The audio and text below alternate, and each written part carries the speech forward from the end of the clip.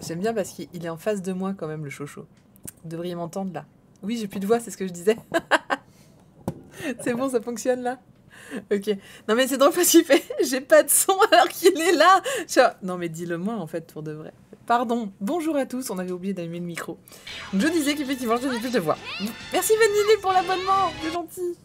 Oui voilà, donc j'ai été un petit peu malade. Un bon coup de froid des familles, comme il en existe certains. Voilà Chocho. Bonjour Chocho. Ça va? Non mais on te voit, t'inquiète pas. Et donc du coup, je ne sais pas si je vais réussir à tenir toute la soirée. Hein. Ma voix est déjà bien éteinte. Mais regardez, j'ai prévu, hein, j'ai prévu quand même de quoi tenir un petit peu. Donc aujourd'hui, on a pas mal de choses. Alors, je tiens à dire un petit truc. Oui, oui, non, ça va. Et franchement, c'était pire ce matin. D'ailleurs, du coup, je laisse ma place au Cri du Mochi. Je serai dans une prochaine émission pour mardi. Parce que là, c'était enchaîné, là, ça a été compliqué. Donc, plusieurs infos. Les premières infos, c'est, regardez ce que j'ai derrière moi. Il s'agit en fait du coffret presse de j'ai du mal aujourd'hui, hein. My Broken Mariko, c'est bien ça. Je sais pas pourquoi j'avais le mot darling dans la tête. My Darling Broken. Non, maintenant c'est juste Broken en fait. My Broken Mariko que j'ai chroniqué la semaine dernière. Et oui, Kiyun m'a fait la très grande surprise de m'envoyer en fait My Broken Mariko avec du coup le service presse. Donc on avait le petit coffret, etc. Je sais pas si je vous rappelais, mais il y a 2 semaines, j'ai dit tiens, j'étais un petit peu en galère de titres. J'avais pas les titres au bon moment, etc. C'était très compliqué pour faire les streams. Et j'ai dit bah je vais contacter des éditeurs et je vais voir si je vais pouvoir travailler avec eux. Et donc du coup, j'ai travaillé, j'ai envoyé un message avec Kiyun.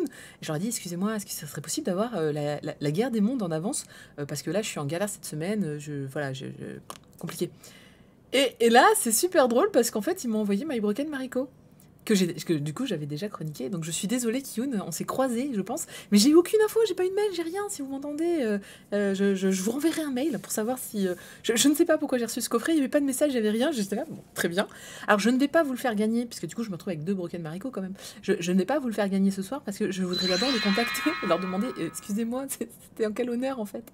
Bienvenue Antoine, je viens de te voir passer, installe-toi confortablement, on va parler de manga. Donc voilà, merci Kiyun. On va parler de la guerre des mondes puisque du coup je l'ai acheté pour cette semaine.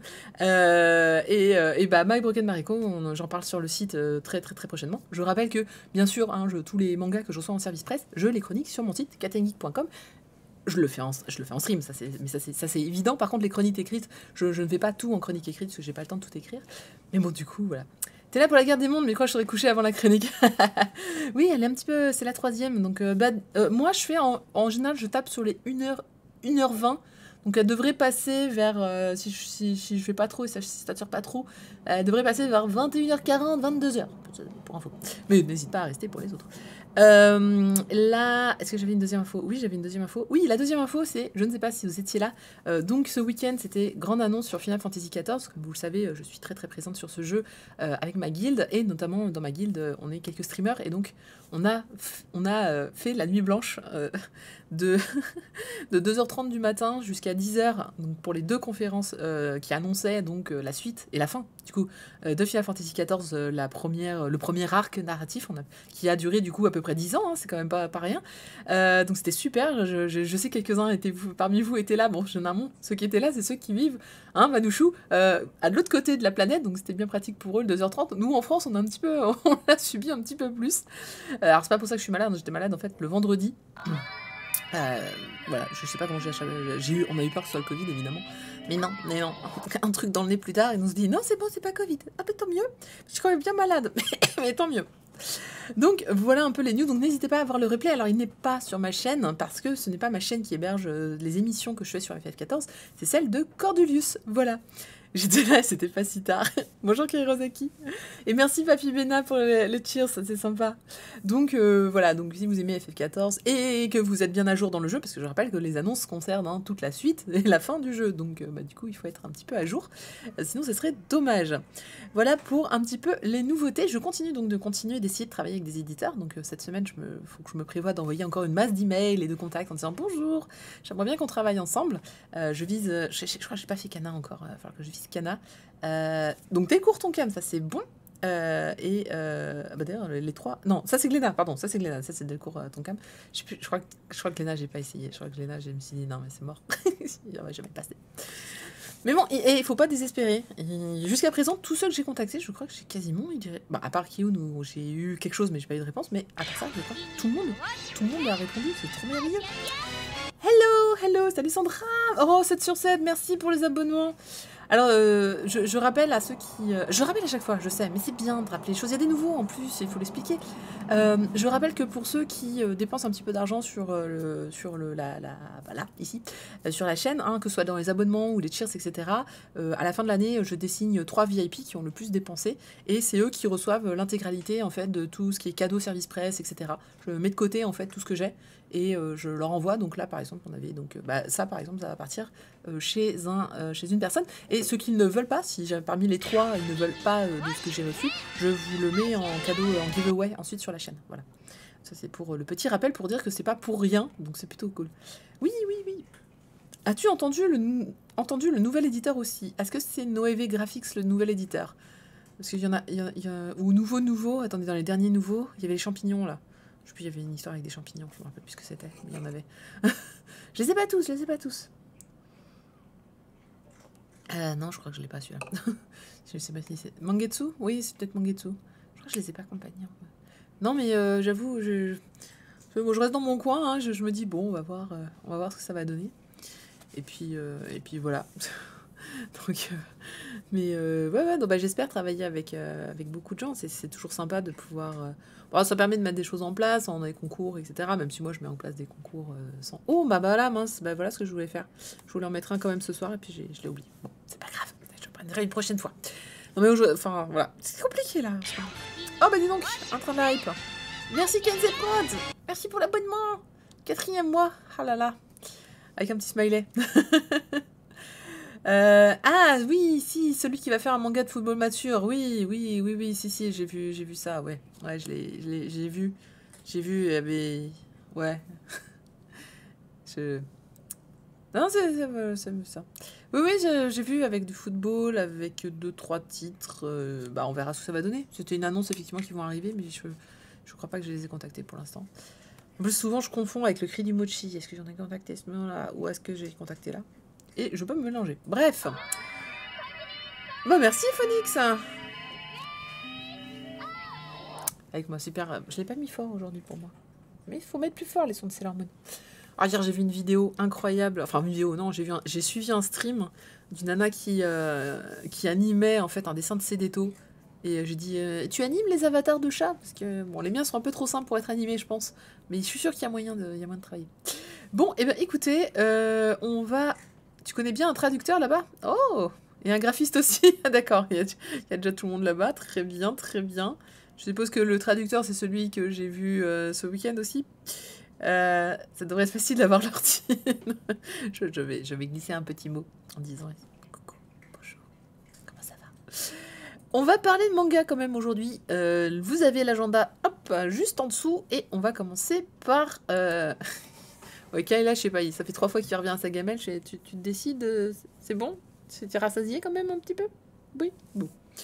On va parler de Search and Destroy, le dernier manga de Atsushi Kaneko, qui a un petit bandeau sur Atsushi Kaneko, seul Desko réinterprète Osamu Tezuka. Oui, c'est bien de le préciser parce que c'est vrai que c'est pas la couverture qui allait vous indiquer. Alors je suis désolée, il y a un effet pourri là-haut, mais c'est parce qu'en fait, sur le visage de la jeune fille, il y a un... en fait, la couverture, il y a des effets dessus argentés. Et là, c'est plein de petits points, en fait. Et vous savez ce qui se passe, hein, quand on scanne des petits points, et ben ça fait le pâté qui est là. Voilà, donc désolé. Ah bon, je croyais qu'on parlait cuisine. Je pourrais aussi, mais en ce moment, je le fais pas. Oula, attendez, j'ai mal branché le téléphone. Hop, voilà, tu te sens mieux, c'est bien. Donc Search and Destroy qui vient de sortir aux éditions Delcourt Tonkam, qui sera un titre en 3 tomes terminés. Vous pouvez déjà vous jeter dessus. Ah, tu l'as scanné?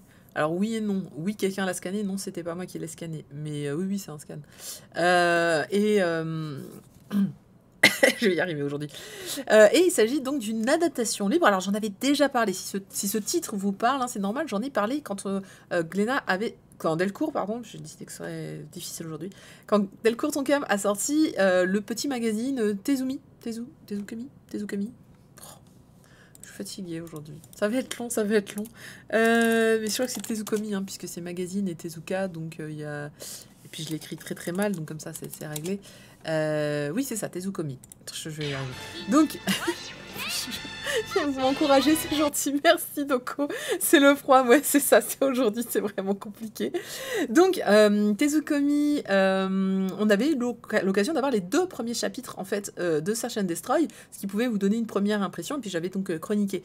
Il s'agit, comme tous les titres qui étaient d'ailleurs dans le Tezukami, d'une réadaptation d'un titre de Osamu Tezuka, et il s'agit de Dororo, qui est un de mes titres favoris, mais c'est à cause de Thunder.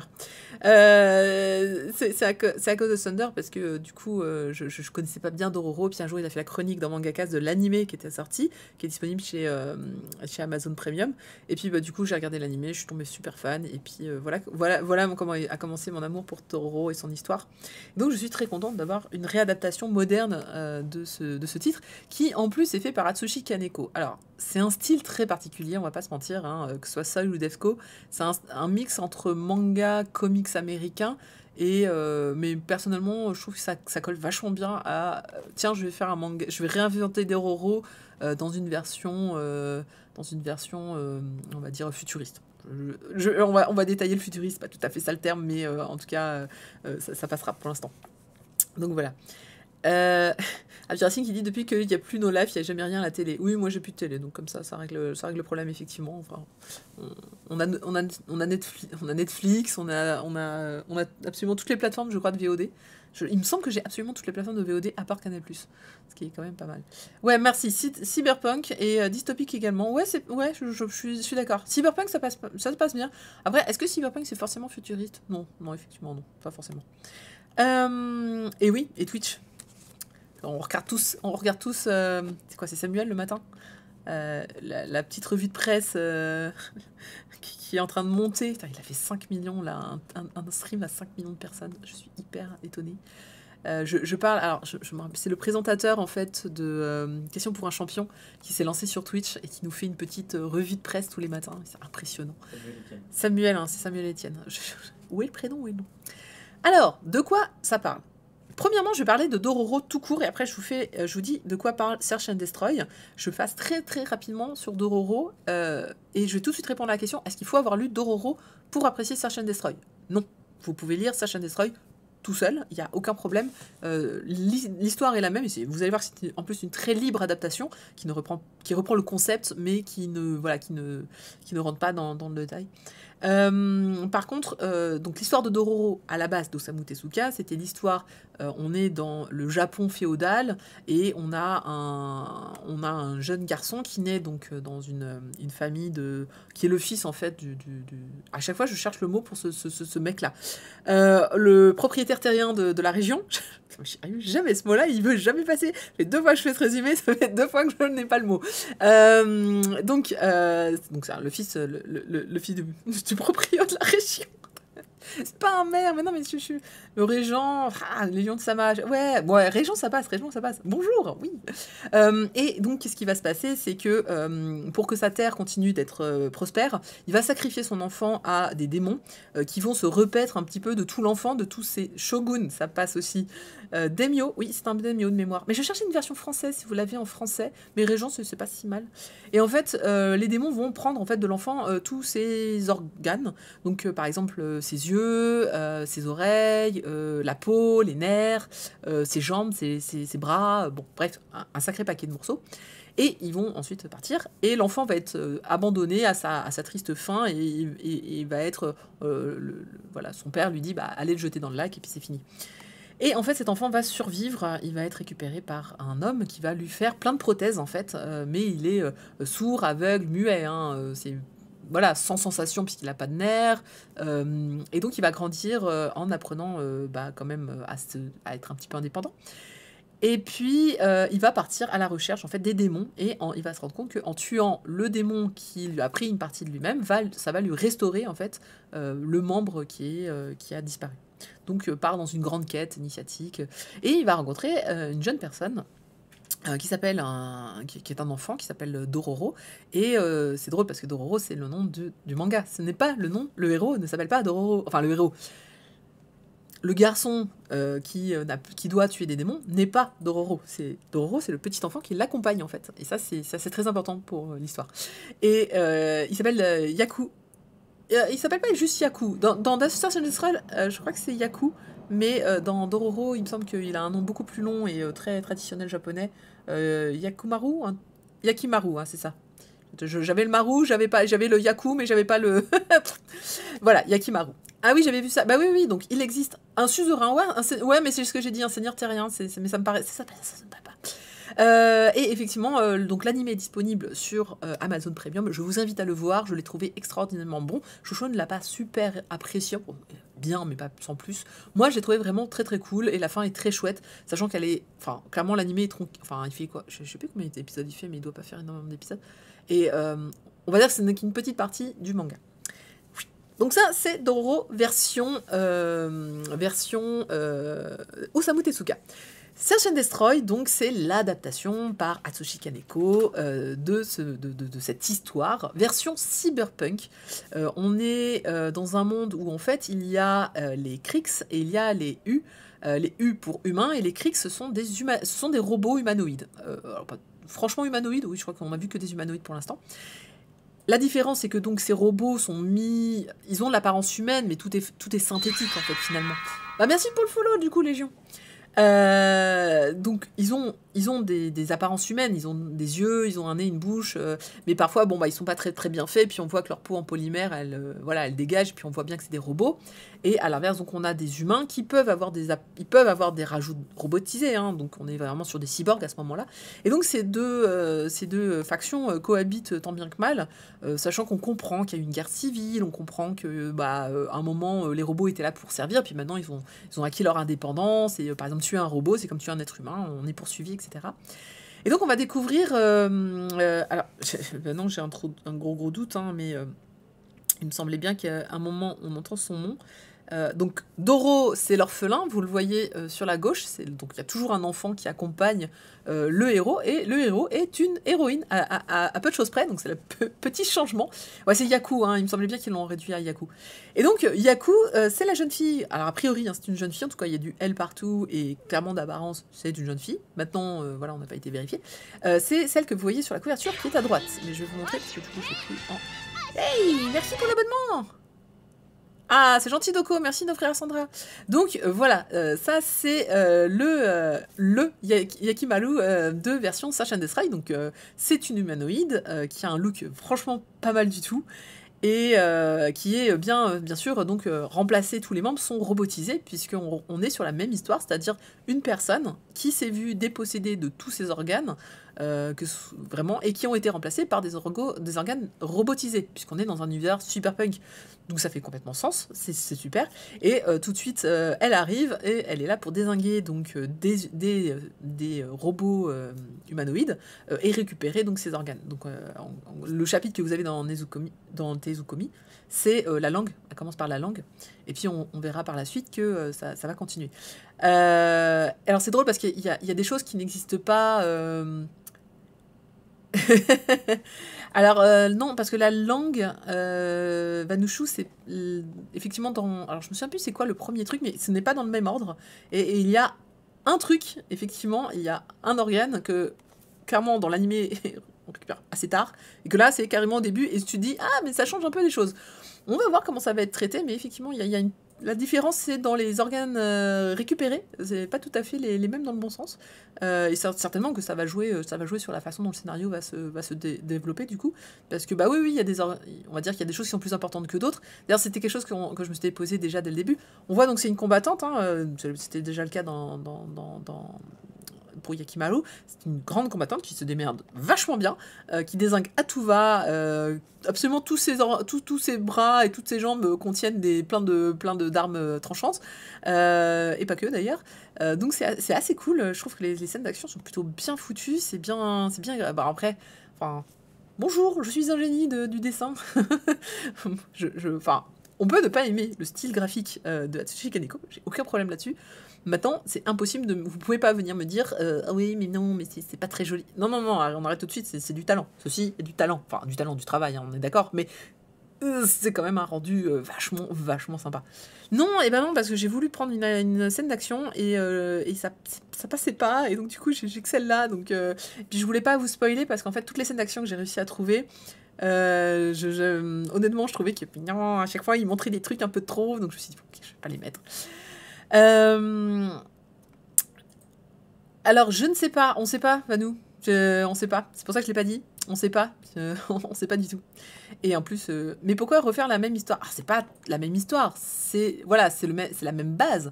C'est l'histoire d'une personne qui a été dépossédée de ses organes et qui cherche à les récupérer. Mais ça s'arrête vraiment là. La version Search and Destroy, on est sur du cyberpunk.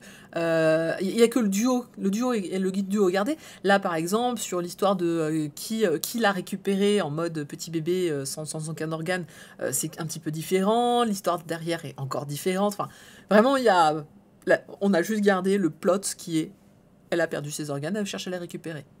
Et on va l'affubler un sidekick qui va voilà pour être en duo, mais ça s'appelle même pas Doro. Ils auraient pu l'appeler Doro puisque du coup l'enfant s'appelle Doro. Non, ça s'appelle Search and Destroy, qui est on va dire son mot d'ordre qui lui a été donné d'ailleurs. Cherche et retrouve, enfin c'était retrouve et détruit pour récupérer son bien. Et d'ailleurs les choses qu'elle dit, c'est ça, c'est à moi, c'est les premiers mots qu'elle dit, c'est à moi, en pointant donc les différents organes qu'on va voir. Donc voilà un petit peu l'idée. Après je vais avoir la même inquiétude qu'avec la série animée, ça ne fait que 3 tomes. Ça me paraît très juste, parce que là visiblement ils ont gardé le plot de 48 morceaux. Et 48 c'est quand même toujours beaucoup, surtout en 3 tomes, je vois pas, mais j'ai un petit doute là si c'est les 48 sont également... Si c'est ça, 48, tout à fait. C'est aussi 48 ici. Donc 48, ouais, c'est quand même beaucoup. À un moment, je pense qu'il va falloir accélérer, il va falloir trouver un moyen de faire les 49, en faire 10 d'un coup, ou alors on va avoir une ellipse temporelle, je ne sais pas. Mais je ne sais pas. En fait, le manga original s'appelle Dororo parce que Tezuka pensait que le public et les enfants s'identifieraient plus à Dororo que Yakimaru. Ah, tu vois, je le voyais pas comme ça. En même temps, je n'ai pas fini de lire la version d'Osamu Tezuka. Mais... en tout cas, oui, je suis d'accord. Époque différente, intrigue différente et messages différents. Clairement, pour l'instant, les messages sont assez différents. De toute façon, à partir du moment où tu pars dans du cyberpunk... alors, je disais futuriste, c'est pas tout à fait futuriste. Je veux dire, le côté futuriste, c'est juste qu'il y a des robots et forcément, c'est plus avancé que nous. Mais on est plutôt sur... Thunder, qui évidemment l'a lu. Je l'aurais pas mis dans un vrai futur. J'aurais plutôt été dans un... On voit des voitures. Les voitures sont pas très élaborées, par exemple. Moi, j'aurais plutôt dit qu'on est dans les années... j'aurais presque dit 90, 90, mais version... C'est pour ça le côté dystopie, version... ah, mais on a des robots. Bah, on retrouve... c'est un futur dystopie. Oui, mais comme je te disais, pour moi, ça fait pas très futuriste. Ça fait plutôt années 90 par le design, que ce soit les voitures, les bâtiments et les vêtements, font plus penser aux années 80-90. Je pensais forcément à New York, par exemple. Donc, mais bon, après ça c'est mon ressenti, on va dire. Mais peut-être qu'il y a d'autres indications qui pourraient dire qu'on est plus loin. Mais à un moment, par exemple, on tombe sur... il y a une danseuse. La danseuse, elle est vraiment dessinée de façon classique. Il y a des armes à feu, c'est des armes à feu classiques. On voit une skieuse à un moment qui ça dénote complètement. Elle est habillée de façon classique avec des skis classiques. Voilà, il n'y a rien de futuriste. Les lunettes ne sont pas futuristes non plus. Donc... oui, c'est ça, exactement. C'est pas notre monde, c'est un mélange d'influences. Tout à fait. Mais c'est juste pour vous dire, quand je disais futuriste, faut pas s'imaginer un truc très particulièrement porté sur... on est dans les années 2500. Non, pas du tout. Encore une fois, on est dans une dystopie, pour moi, qui fait plus penser, par exemple, à tous les grands du genre Blade Runner. Blade Runner. J'ai dit Blade Runner? C'est Blade Runner? Je suis perdue. Aujourd'hui, c'est compliqué. Ah, mais voilà, Thunder, un titre avec, s'il te plaît, des cyborgs qu'il faut tuer. Comment? Si, c'est Blade Runner. Si, si, c'est bon. Ma mémoire me fait sérieusement défaut aujourd'hui. Pour moi, on est dans cette ambiance-là, et puis le côté noir et blanc. Hein, franchement, le style là, c'est cool, Kaneko. Le fait que ce soit tout noir et blanc, il n'y a pas de trame, tout est dessiné. Bah, en fait, j'ai peur de montrer des trucs. J'ai peur de spoil. Mais je suis très, très, très fan. Bon, ça, c'est juste pour l'ambiance de la ville. Je suis très, très fan, en tout cas, du personnage hein, de Yaku. Yaku, elle dégage un truc de fou. Chaque fois qu'elle est dessinée, elle est juste extraordinaire. On voit les scènes d'action, j'en ai une. Voilà, alors ça c'est une tête coupée, hein. C'est super. Donc forcément. Donc voilà un petit peu je suis vraiment hyper heureuse qu'on ait ce titre en France. Encore une fois, je vous invite, vous avez donc les 2 premiers chapitres qui sont dans le Tezukomi. Le premier tome va un peu plus loin. Est-ce qu'il va beaucoup plus loin? Je crois qu'il s'arrête à peu près là. Oui, voilà, ça c'est ce que vous aviez dans le Tezukomi, et ça c'est ce que vous aviez en plus dans le manga pour ceux hein, qui avaient lu le Tezukomi, ce qui fait quand même beaucoup plus. Oui, c'est ça, c'est un androïde qui chasse les androïdes de Blade Runner. Ça va trancher, chérie. Ah oui, oui, non, alors, est-ce qu'il y a beaucoup de violence dans ce manga? Moi, je dirais que... Ah, j'ai envie de dire non, mais en fait, oui.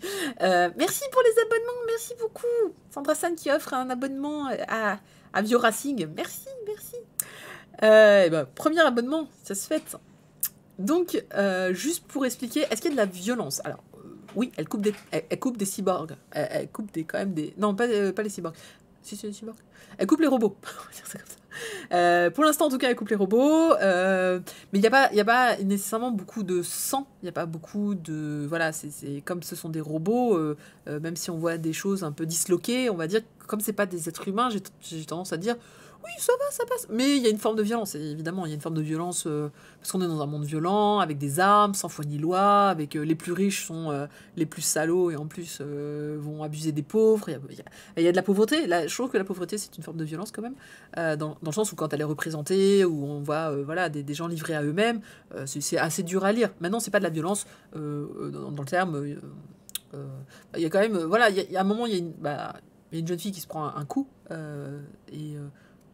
sur le moment, c'est violent, mais c'est voilà, c'est pas, j'ai pas des organes partout, j'ai pas ça. C'est graphique, mais l'esthétique de Kaneko, ça fait que le gore est comme atténué. Exactement, tout à fait. Le principal trait, c'est qui est sans trame, qui provoque ça. C'est Thunder qui le dit. Si Thunder le dit, c'est que c'est vrai. Je suis d'accord. Donc voilà un petit peu.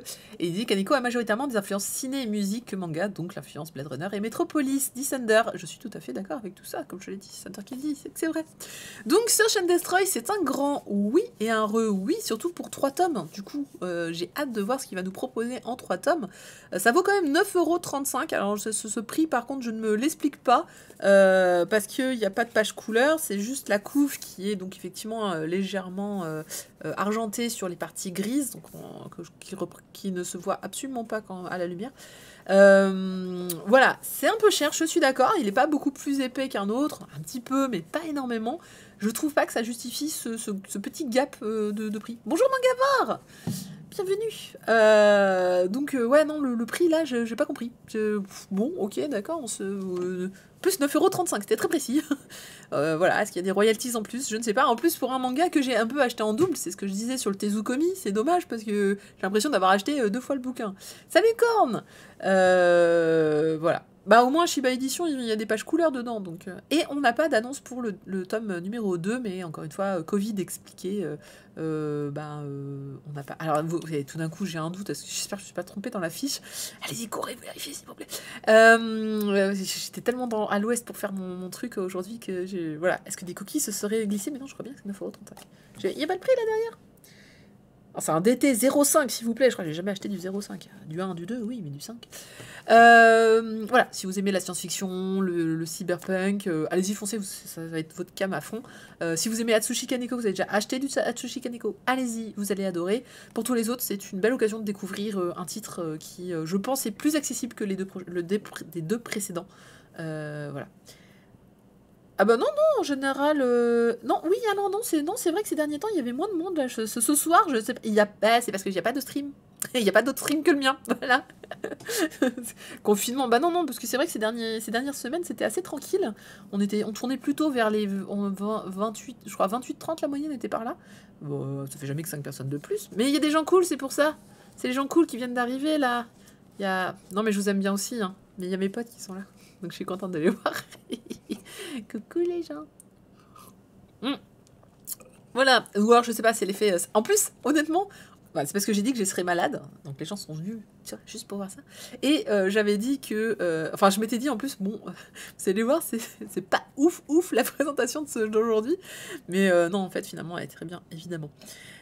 Ou vous êtes tous venus voir pour savoir si je vais dire du bien de Love Fragrance. Peut-être ça aussi.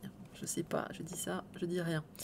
On va passer à la suite. Il s'agit de 100 jours avant ta mort, qui est...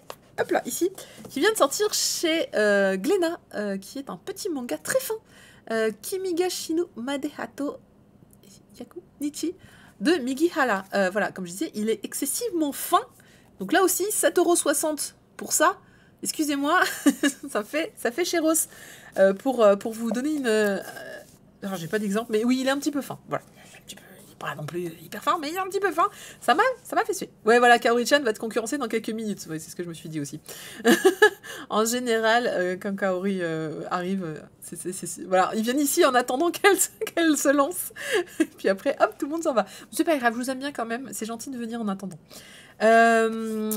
Alors oui, tout à fait, c'est vrai que c'est au nombre de pages, je suis tout à fait d'accord. Je ne le précise pas toujours, le nombre de pages, parce que bah, déjà, je n'ai pas toujours vérifié. Mais celui-là, j'avais vérifié et il en a moins que d'habitude. Donc c'est pas le papier, tu vois, on peut pas faire l'excuse du papier.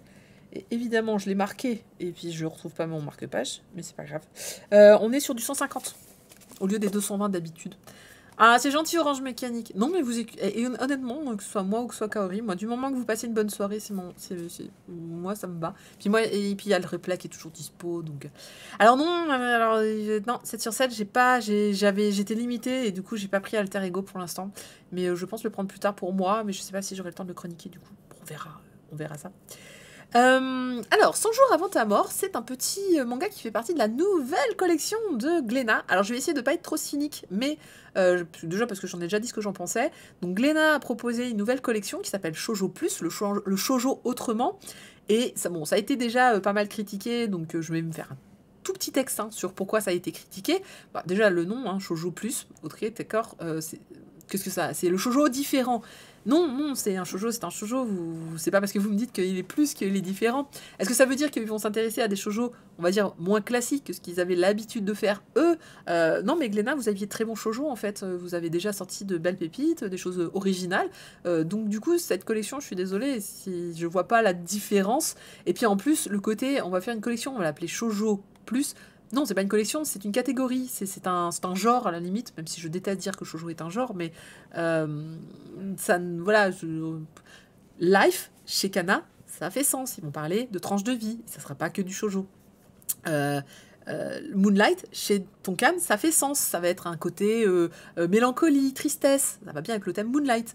Shoujo plus, le shoujo meilleur, non, bah non, parce que déjà, vous dépréciez vos propres shoujo en faisant ça. Vous dites, bah il y a le shoujo et puis il y a le shoujo plus. Tu vois, il y a les bofs et puis il y a les meilleurs. Ah, ça coince. Je trouve que, voilà. Donc, en termes de com, je trouve que c'est très bancal de le présenter comme ça. Donc, voilà. Je vous propose de le renommer autrement. Recrutez-moi, vous verrez, je vous vendrai bien vos titres. Et donc, du coup, arrivent 2 titres. Donc, le 100 jours avant ta mort et Une touche de bleu, dont je vais parler après, qui a été, je vous le dis tout de suite, une des meilleures surprises que j'ai eues ces derniers mois.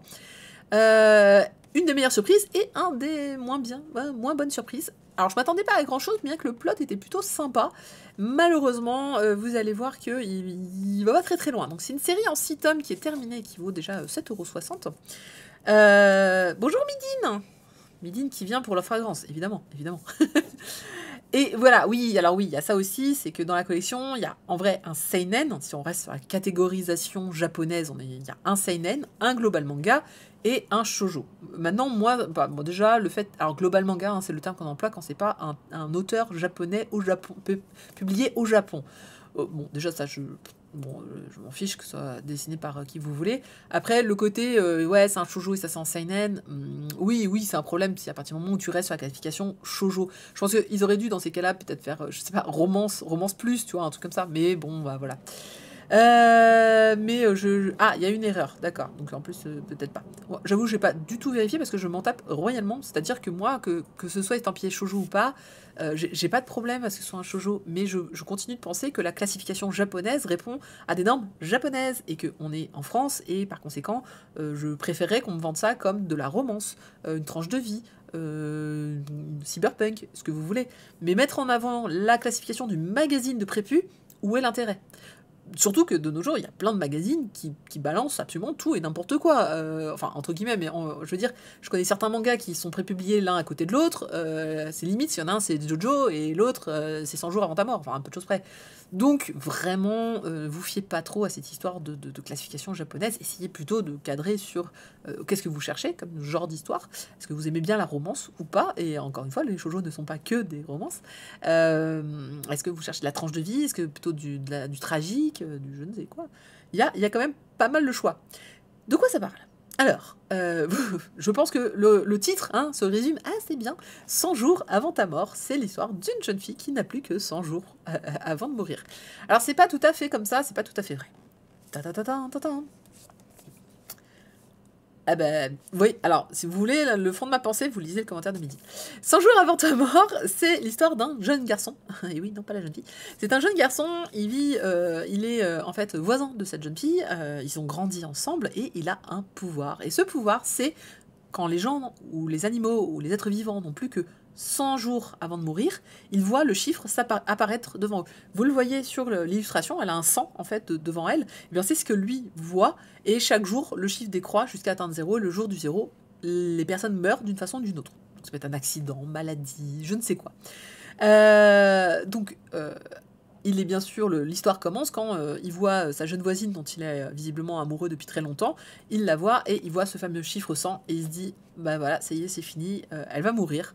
Mais là arrive une chose assez extraordinaire, c'est que à certains moments, dans son cas à elle, le chiffre remonte sans qu'on puisse vraiment l'expliquer.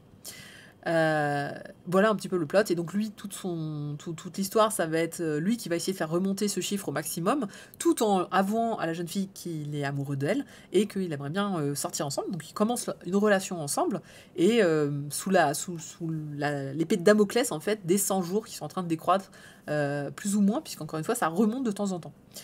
Donc voilà un petit peu le pitch de ce titre. Alors c'était pas trop mal. Bon, bah, moi, j'aime bien les idées, j'aime bien les titres un petit peu tragiques, parce que bah, c'est toujours, voilà, c'est quelque chose qui, dans les émotions, il y en a toujours beaucoup.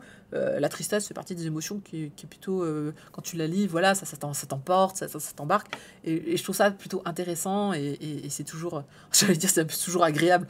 Est-ce que la tristesse est agréable? Je ne suis pas sûre, mais en tout cas, c'est vrai que bah, les titres dramatiques, c'est toujours intéressant à lire. En tout cas, pour moi, je trouve ça toujours intéressant. Mais là, c'est pas très bien, c'est pas très bien amené, parce que le personnage du garçon est intéressant. Il a ce pouvoir depuis longtemps. On va découvrir évidemment, il a connu des gens et des animaux qui, voilà, où il a vu le sang, il a vu les chiffres décroître, il a vécu la tragédie de voir des gens partir, etc. Elle, au contraire, c'est une jeune fille hyper dynamique, super sympa, un peu naïve, mais bon, tout va bien. Donc le côté dramatique, on l'a pas trop, parce que comme vous dites, bah, dès qu'il voit le chiffre 100, bon, il dit non, mais je persiste et signe, on sort ensemble, on va faire des trucs, etc. Et puis il y a cette histoire que le chiffre remonte un petit peu, mais en fait, finalement, on sent pas du tout qu'elle va mourir. Déjà, parce qu'elle n'est pas malade. Moi, je pensais que ça serait ça. C'était 100 jours avant ta mort, tiens, on apprenait qu'elle était peut-être malade, et puis au revoir, dans 100 jours, c'est fini. Donc, je ne sais pas du tout si... voilà, on sent pas, il n'y a pas de...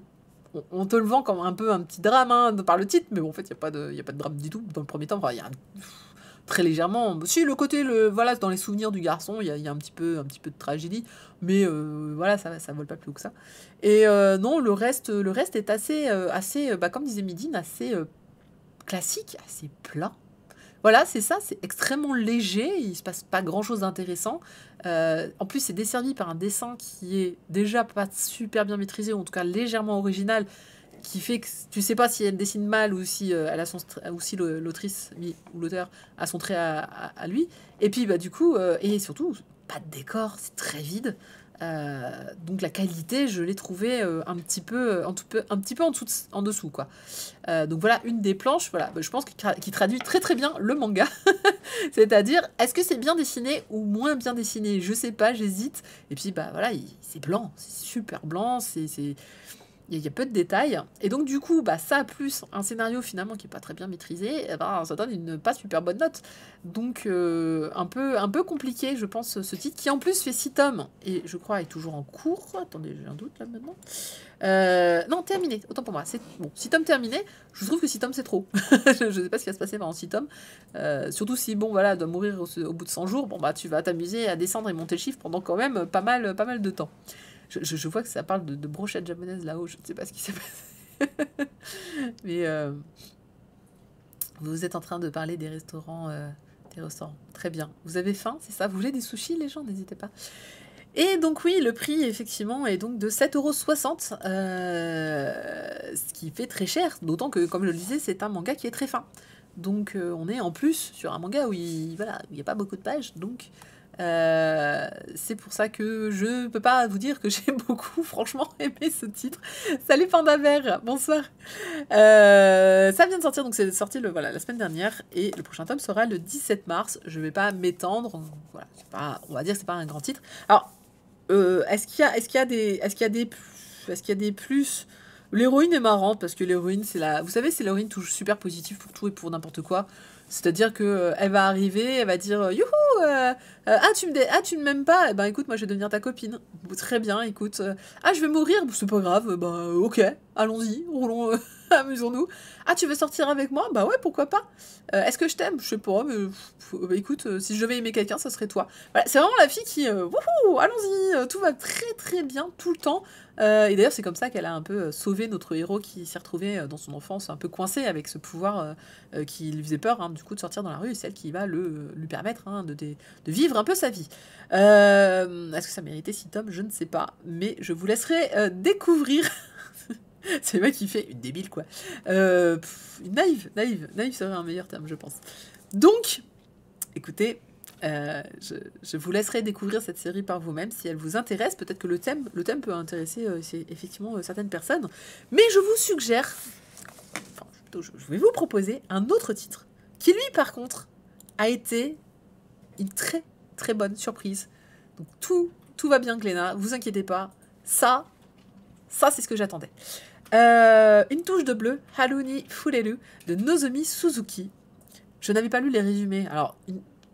100 jours avant ta mort, je pouvais deviner de quoi ça parlait. Tout allait bien. Une touche de bleu, je ne savais pas du tout de quoi ça allait parler. Et la couverture, bon, ok, très bien, une jeune fille, ils m'auraient sorti ça chez Kana. C'est tout à fait dans la veine des couvertures qu'ils sortent. C'est le côté blanc sans doute. C'est en 3 tomes, la série est en cours. Et donc, c'est une histoire un peu... conclusion, c'est pas ouf, Nivanouchou. Ouais, c'était de l'autre précédent, ouais, c'était ça. Non, pas du tout. Violence conjugale. Eh bien non, ce n'est pas un bleu, il s'agit d'une tache de naissance. Alors, j'ai pas le terme médical parce que je ne sais pas le prononcer.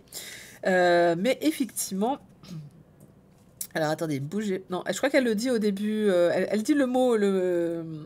Ouais, elle dit le mot, mais... vraiment, quand je le lis, à chaque fois, je ne sais pas comment ça se dit. Donc, effectivement, c'est une jeune fille qui va naître avec une tache de naissance qui prend à peu près toute cette partie-là de son visage. Sur l'illustration, c'est particulièrement adouci.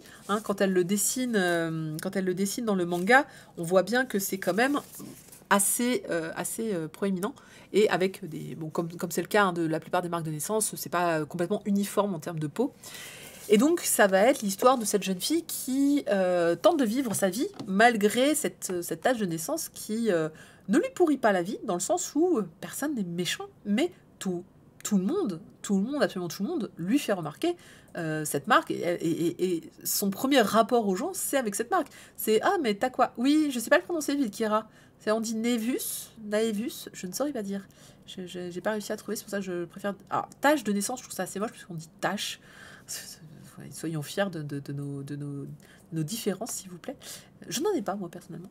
Je sais pas prononcer. Entre autres, a dit, il me piège. Il veut que je prononce un nom d'une ville qui n'existe pas. Donc, on va rentrer dans la psychologie de cette jeune fille et de son quotidien sur comment elle le vit, comment elle vit ses remarques, comment elle vit son visage dans le miroir. Et en fait, elle le vit pas très très bien, hein, évidemment. Elle essaie de bien en vivre, elle essaie voilà, de montrer aux gens que tout va bien, qu'elle est heureuse, qu'il y a il y a des choses pires dans la vie, que les gens, ok, elle lui disent des trucs, mais bon, ça lui passe au-dessus. Et qu'en fait, non, c'est pas vrai. En fait, tout se rapporte à sa tâche. En fait, elle peut pas s'empêcher d'y penser. Elle peut pas s'empêcher que le regard des gens est forcément dirigé vers sa tâche en tout premier. Et puis elle a des blessures d'enfance. Elle a des blessures parce que au début, les enfants étaient quand même très méchants avec elle vis-à-vis de ça. Elle a eu, ça se prononce Névus. Ah, c'est bien possible. Elle a eu évidemment des remarques hyper désobligeantes qui l'ont même amené à un moment à décrocher au niveau scolaire.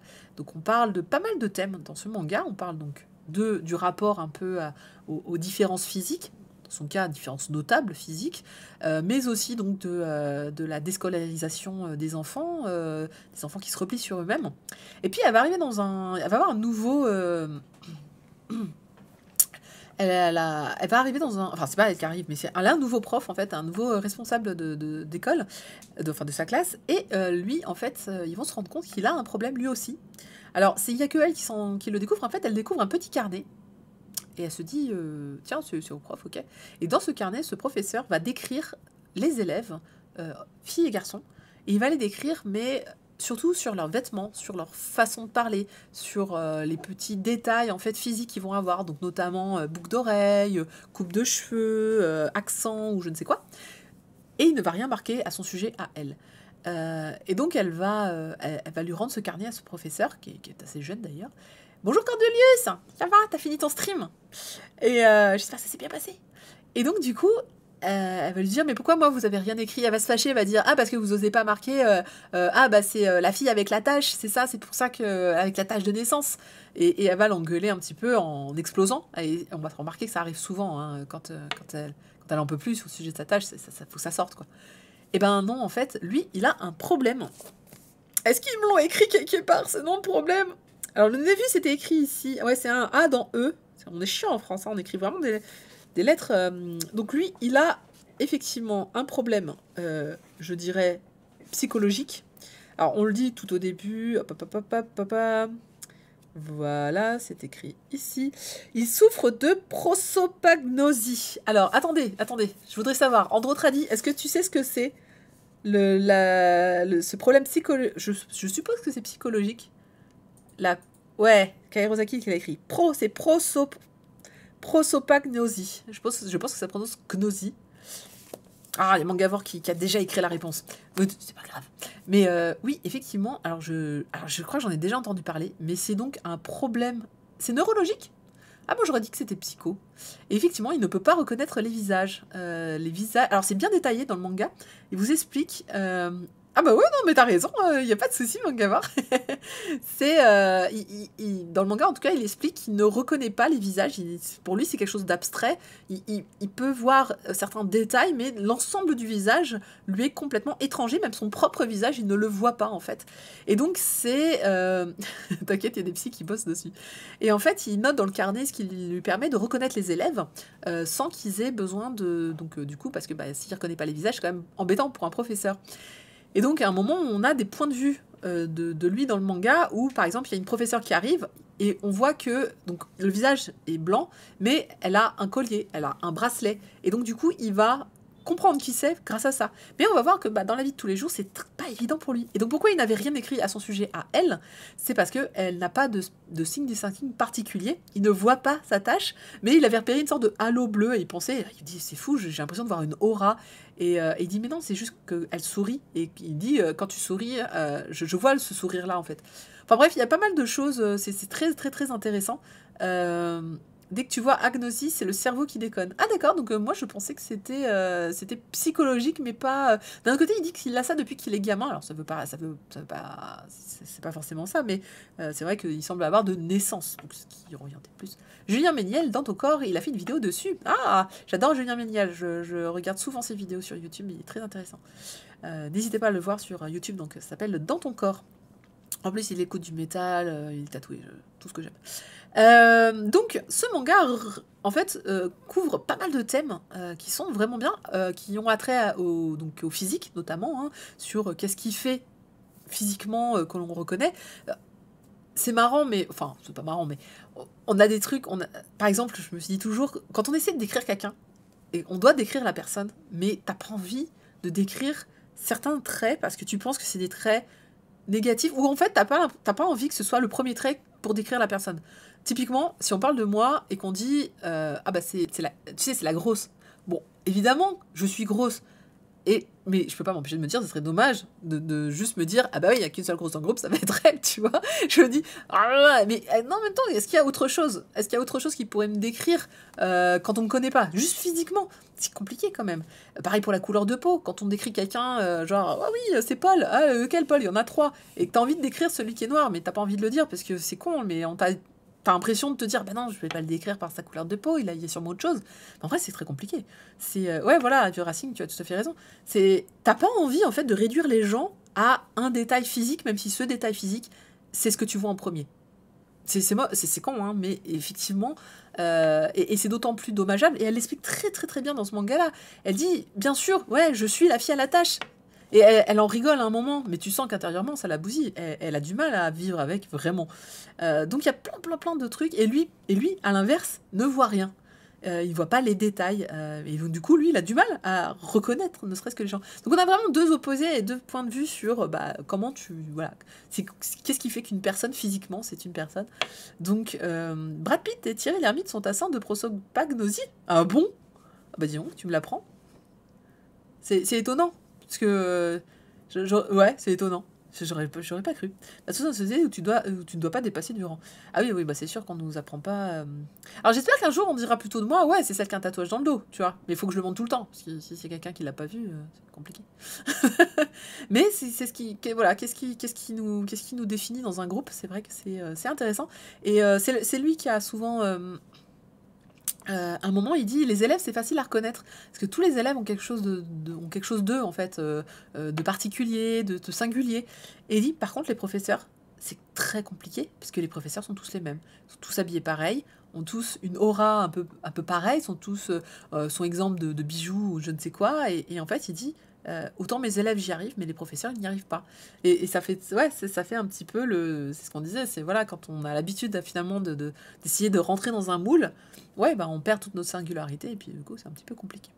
Donc super titre et je me suis surprise à vraiment vouloir la suite très très vite parce que on part à la fin sur on part sur un cliffhanger et j'étais là la suite qu'on n'aura pas avant quelques temps je pense 17 mars si tout va bien. À noter, est-ce qu'il y a une forme de romance qui va naître, je le dis tout de suite, si ça vous gêne, voilà, entre l'héroïne et ce professeur.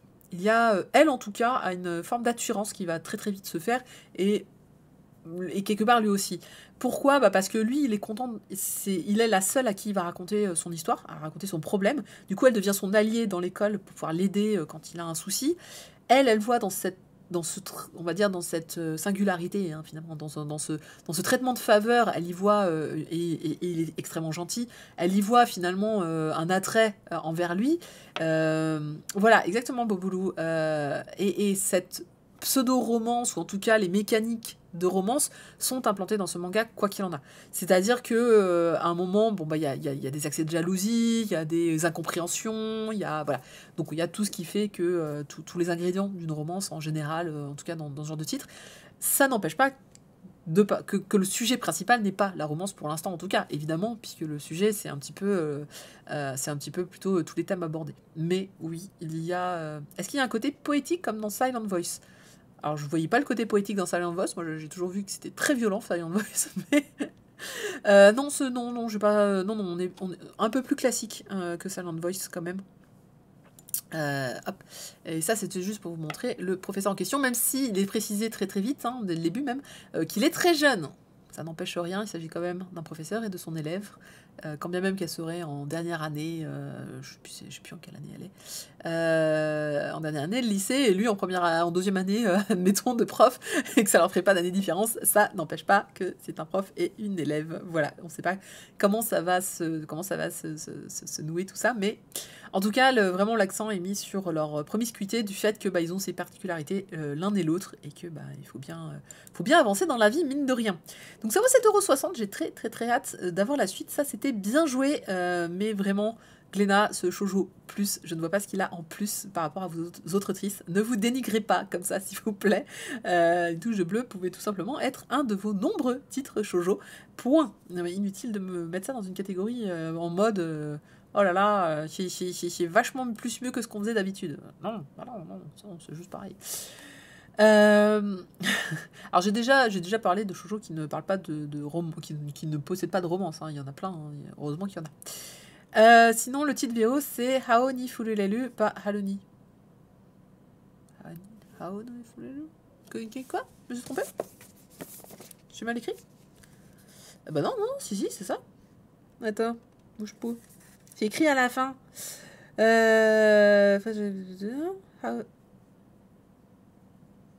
Haoni au lieu de Haloni? Ok, écoute, je fais confiance à Glénat, je pense qu'ils se sont pas trompés, effectivement, et il semble dire que c'est Haoni et pas Haloni. J'ai dû me tromper. Foulez-le. C'est bien possible. Mal lu le truc. Par contre, le point était important. J'ai remarqué qu'elle avait mis un vrai gros point sur le titre japonais. J'ai dit très bien, je te le laisse le point, il n'y a pas de souci. On ne sait jamais. Je corrigerai la prochaine fois. Voilà un petit peu donc pour cette très très très belle surprise. C'est pas tous les jours que ça arrive. On va passer à la guerre des mondes. Vous vous rappelez le monsieur là qui était passé? J'ai retenu Sama. Légion Sama, ça y est, on passe à la guerre des mondes. Eh ben, quelle surprise! Quelle surprise, mes amis! Regardez-moi cette édition cartonnée comme un bouquin avec les pages en noir, couverture en veux-tu, en voilà. C'est super beau. Il est magnifique. C'est une chose que vous ne verrez absolument pas sur la couverture que j'ai mis en... Donc oui, non, c'est... En plus, alors, il est texturé, en fait. Oui, on voit toutes les traces de doigts. Il est texturé à mort. C'est super sympa. Ça fait vraiment un très, très beau bouquin. Il est, impeccable. Je suis très, très fan du rendu qu'ils ont fait. On dirait vraiment un... Enfin, ça fait grosse qualité. Ceci peut expliquer du coup le prix de 13,90 € pour ce manga. Il ne fera que 3 tomes, tout va bien. Mais voilà, là, je comprends le prix. Le prix est entièrement dans cette magnifique couverture qui est juste sublimissime et qui vaut largement le coup si vous aimez ce titre. Et uniquement si vous aimez ce titre, je vais vous le dire pourquoi. Est-ce que... C'est le BO. Donc déjà, magnifique édition. Bravo pour Kiyun. Vous connaissez La Guerre des Mondes parce qu'il y a eu un film il y a assez longtemps quand même, je pense une dizaine d'années, avec ce cher Tom Cruise, si je ne me trompe pas, qui était sorti et qui était une version moderne de ce roman de Monsieur Wells. Alors, si vous ne connaissez pas le roman, c'est pas très très grave, mais c'est juste que ne vous attendez pas à le film en manga. C'est le roman en manga. Le film se passe dans les années 2000. Le roman se passe en 1901. 1901. Avant la Première Guerre mondiale. Bien avant Internet. Très très loin. Voilà. Il y a un siècle. Le roman date de 1890 et des brouettes, je pense. Fin de 1800. Et son auteur avait écrit donc sur un futur hypothétique. Mais je pense que ça va pas du tout être marqué là d'ailleurs, je suis bête moi. Donc voilà, donc je veux juste préciser que le film avec Tom Cruise, lui, se passe dans les années 2000. Et d'ailleurs, si vous vous rappelez du film, il disait « Ah, mais ces êtres étaient en fait enterrés sous terre depuis certainement de nombreuses années. » Ça fait écho au roman, puisque c'est dans le roman qu'elles arrivent en fait. Donc en 1901. 1898, j'étais pas si mal. Merci Midine. Donc, de quoi parle le roman et donc le manga, puisque le manga est l'adaptation de Hitotsu Yokoshima de l'histoire du roman. Il s'agit, alors pour remettre un peu dans le contexte, quand le roman a été écrit, on est au début de l'imagination du fantastique, de la science-fiction, assez balbutiement. Autant vous dire que quand on écrit de la science-fiction dans les années 50 et qu'on imagine des voitures volantes, quand on est en 1898 et qu'on imagine le futur, on imagine des martiens. Et c'est le cas, de Wells qui imagine donc cette histoire où ce sont en fait des gros cylindres. Ouais, alors on se moque pas, hein, je rappelle que ça a plus d'un siècle. Ce sont des gros cylindres qui vont venir de Mars, qui vont tomber sur Terre et dont va en sortir des extraterrestres qui sont là pour nous détruire, notamment avec un rayon puissant qui détruit absolument tout sur son passage. Donc l'histoire commence quand ces cylindres tombent évidemment dans la campagne américaine. Ah oui, c'est les Martiens, il n'y a pas de doute, ce sont les Martiens. Le premier chapitre, je pense que le tout premier chapitre s'appelle L'invasion des Martiens, il n'y a pas de doute. C'est des Daleks. Alors, ça ressemble un peu à des Daleks. Mais alors, faut les imaginer très très grands. Ils sont immenses parce que les cylindres, hein, c'est les vaisseaux spatiaux en fait. Et ces cylindres en fait s'ouvrent et dedans il y a la bestiole. Et qui est très grande. Hein. Du coup, ce sont des tripodes. Hein, Oui, il y a une troisième patte. Elle est... Non, elle n'est pas derrière. Bon, c'est des tripodes parce qu'ils sont sur 3 pattes. Et donc, c'est l'histoire, voilà, c'est d'un cylindre qui tombe. Il y a le héros est un jeune photographe, il arrive, et il voit ce cylindre tomber, il le prend en photo, il y a tout le village est autour en mode « Oh là là, regardez, une météorite est tombée, incroyable !» Mais non, c'était pas une météorite, ça ressemble à un cylindre. « Oui, mais non, j'ai déjà vu une météorite, ça ressemble pas à ça. » Bref, tout le monde y va de sa petite hypothèse, et là, donc ça s'ouvre, l'extraterrestre sort, et tue 99% des gens qui sont présents à ce moment-là, dans un mode...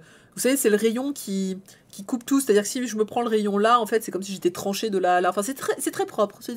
Il fait ça bien. Il n'y a pas beaucoup de sang, je vous le dis tout de suite, l'adaptation est plutôt... même si le rayon, hein, clairement, coupe des gens en deux, manque un bras, une jambe, un machin, il y a assez peu de sang. C'est très poupée qui tombe, hein, tout va bien à ce niveau-là. Il les tue en mode au cep de votre débat. Ouais, c'est ça, exactement. Et donc le mec qui prend en photo, prend ses clichés, réussit à se carapater, dit « Les Martiens débarquent ». Retourne chez lui et sa femme lui dit « Oh mais non, mais t'inquiète pas, oula, t'inquiète pas, l'armée va arriver, va nous débarrasser de ça et puis ce sera fini. » Et lui se dit « Ah, ouf, tout va bien. » Évidemment que non. Donc là, c'est un peu le même, si vous avez vu le film, c'est un peu la même chose. On est sur un mec qui va essayer de s'enfuir le plus vite possible, le plus loin possible, fuir donc ces extraterrestres qui vont sortir de leur soucoupe. Enfin, c'est pas des soucoupes, du coup, c'est des cylindres. Non, mais c'est une boîte, hein, c'est littéralement, ça ressemble à mon mug qui tombe sur Terre, voilà. Pouf. Voilà, bref, comme une boîte de... boîte. Donc l'humanité est condamnée, tout le monde se fait tuer, ils envahissent tout le monde. En plus, ils ont ces espèces, donc la nuit, ils ont ces espèces de grands tentacules lumineuses qui vont aller chercher les derniers représentants de la race humaine et les achever, qui donc rajoutent ce côté un peu « Oh mon Dieu, ne bougez plus, ne respirez plus, ne faites plus de bruit, ils vont pas nous voir !» Quel truc qui passe. Et voilà, bon, ça c'est ce qui fait le... Alors je vous dirai pas comment ça se finit, hein, mais si vous avez vu le film, ça se finit exactement pareil. Voilà. Oh, Saïma, c'est bon. Il dit les Martiens débarquent, est-ce que c'est comme ça qu'une fan de SF dit qu'elle a ses règles? Donc voilà pour voir la guerre des mondes, donc c'est un monument hein, de la science-fiction, même si c'est très très vieux. C'est vraiment une histoire à l'époque. Hein. Maintenant, c'est vrai que... Ah oui, ouais, elle est connue cette histoire de l'adaptation radio. C'est-à-dire, c'est pas Wells, c'est un Orson Welles, je crois, je me rappelle plus le nom, qui effectivement a narré l'histoire de la guerre des mondes en mode journal télévisé à la radio. Enfin, en mode, je raconte l'histoire comme si c'était une brève de news. Et des gens... c'est Orson Welles, merci. Et des gens l'ont cru. Et il y aurait... Alors, c'est une légende. Il n'y a pas eu... voilà, il n'y a pas eu d'historique collective à l'annonce, mais des gens ont cru que c'était vrai, ont appelé à la radio pour demander si la brève était réelle ou pas. Comme quoi. Orson Welles. Non, mais il y a un truc. En tout cas, merci Wiki. Oui, c'est pratique Wiki pour ça. Mais ouais, je pensais du coup que c'était beaucoup moins vieux que ça. Je sais pas pourquoi dans ma tête, la guerre des mondes c'était des années 40 à cause de cette histoire, mais non, c'était la radio. C'est l'histoire de la radio qui était là. Alors je suis très surprise que Kiyun nous sorte ça, je m'y attendais pas. Maintenant c'est vrai qu'ils avaient déjà fait quand même Lovecraft, donc pourquoi pas s'attaquer à un autre monument hein, de la... Rigolez pas, j'avais le mot lithographie. Euh, un monument de la... J'ai pas le mot en fait, donc du coup je vais trouver autre chose. Des livres. T'es fatiguée aujourd'hui. J'ai dit que j'étais malade, j'ai le droit d'être malade. Ah, tu pensais que c'était réel? Désolé Midi, non, c'était pas... Non, c'était pas de lithographie. La littérature, merci, 7 sur 7. Oh, j'ai du mal aujourd'hui. Non, mais déjà que d'habitude, c'est pas évident. Alors là, en étant malade, mes pauvres neurones, les pauvres 4 neurones que j'ai, il faut que je penche la tête, là. Il faut que ça connecte. Donc bravo, hein, franchement, c'est très chouette de le sortir. Alors après, est-ce que ça vaut le coup? Je vais pas vous mentir, le fait que ça se fasse... J'aurais aimé qu'ils fassent l'adaptation du film parce que c'était plus contemporain pour nous et c'était du coup plus facile. Non mais moi aussi j'ai fait bac S, mais quand même. C'était plus facile pour nous, je pense, de lire une histoire qui se passait comme le film, c'est-à-dire à notre époque, en reprenant un peu comme on disait avec Search and Destroy, tu reprends le plot, c'est-à-dire invasion de tripodes qui vont tuer tout le monde et d'un mec et sa famille qui essaie de s'enfuir, pourquoi pas. Maintenant, le coup que ce soit en 1901, qu'est-ce que ça change? Parce que du coup, on lit vraiment le livre. Pas grand-chose, mais c'est vrai que je me suis sentie un petit peu en dehors parce que je trouve que l'époque n'est pas bien représentée. C'est-à-dire qu'on est, comme je dis, on est en 1901.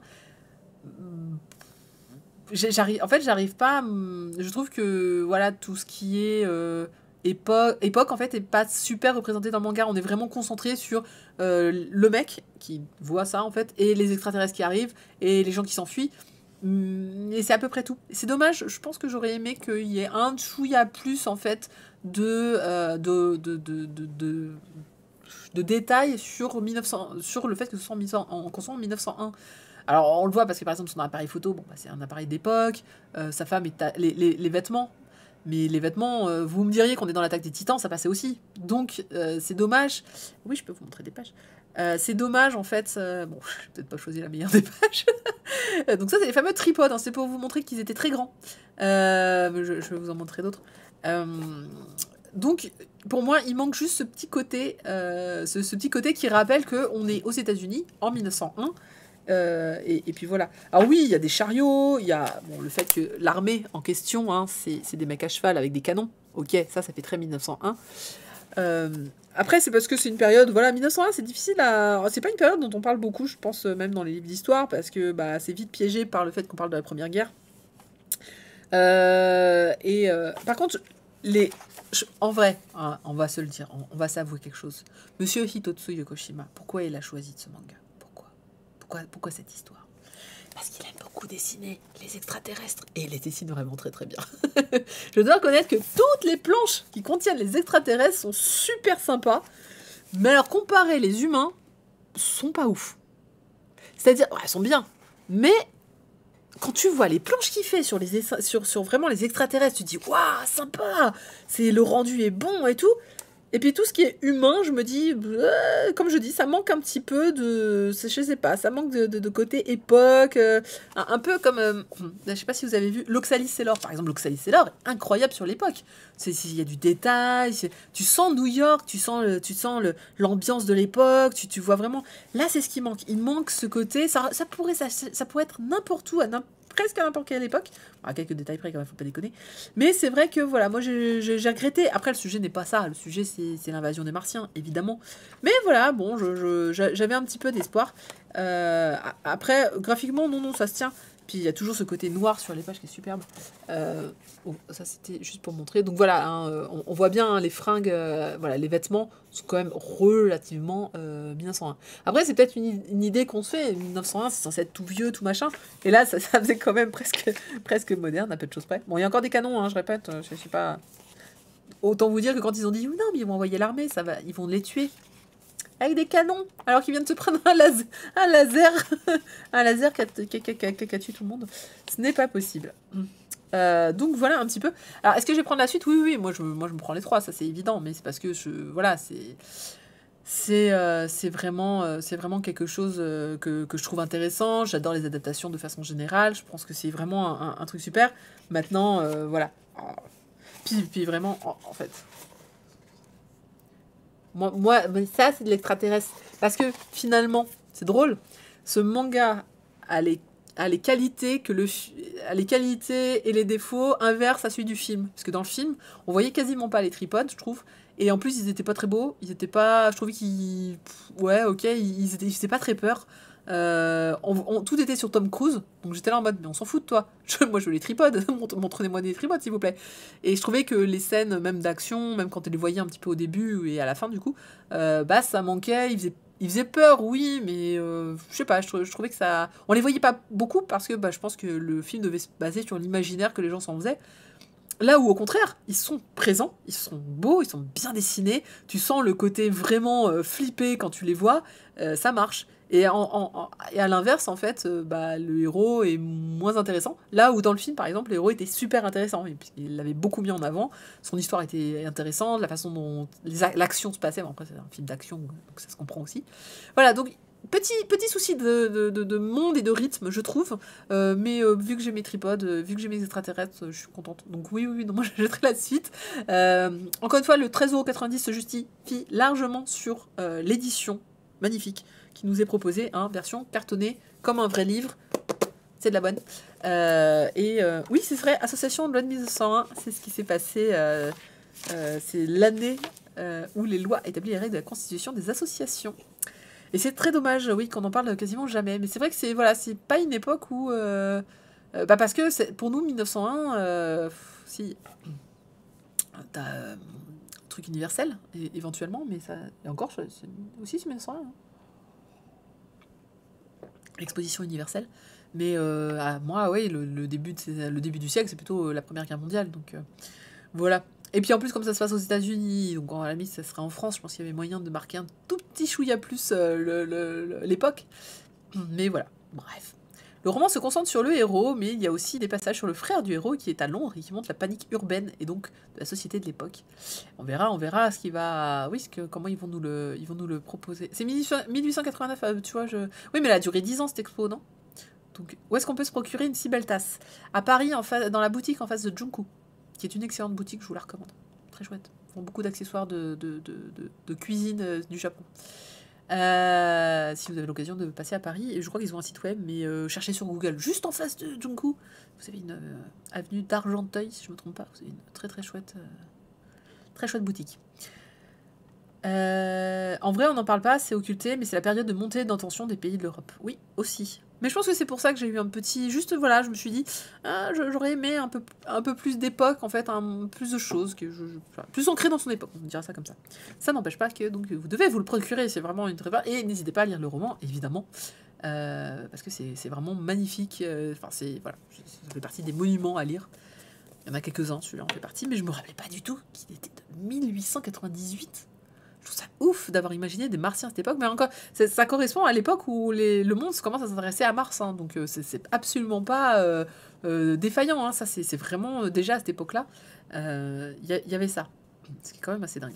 Bref, on va finir sur un manga dont plein de gens sont venus me parler en privé. Ça, je trouve ça très drôle. Il s'agit de Love Fragrance. Ce que j'avais dit, quand j'avais lu le résumé, j'ai dit... J'ai vu la couve, j'ai fait... On me l'a raconté, j'ai fait... Et donc, je pensais pas en parler. Je me suis dit, écoutez, on va pas mourir bête. Il faut lire les choses pour se faire un avis soi-même. Et puis, il y avait deux choses qui m'indiquaient que peut-être, ça serait bien. C'est que, premièrement, Caroline l'avait aimé. Elle m'avait dit, tu verras, je suis super contente, Love Fragrance, c'est trop bien. Si Caroline aime, en général, on aime les mêmes trucs. Donc, je me suis dit, ce serait bizarre que je n'aime pas. Ensuite, c'est dans la collection Life, qui est ma collection favorite 2020, et qui est géniale, et que je trouve tous les titres super. Je me dis, ils n'ont pas pu se planter sur un titre. Mais c'est possible, ça arrive. Et puis j'ai lu le résumé, donc le résumé m'a pas plu, et j'ai lu le manga, et on va tout de suite casser le suspense. Le manga est très différent de l'idée que je m'en faisais. Il est très différent, et je pense qu'en fait, ils l'ont très mal vendu. Il est très mal vendu. Le résumé... Le résumé, c'est pas possible en fait. En fait, le résumé te rend mal à l'aise. La couverture te rend mal à l'aise. Alors, les couvertures te rendent toutes mal à l'aise. Je pense que... donc, c'est de Kintetsu Yamada.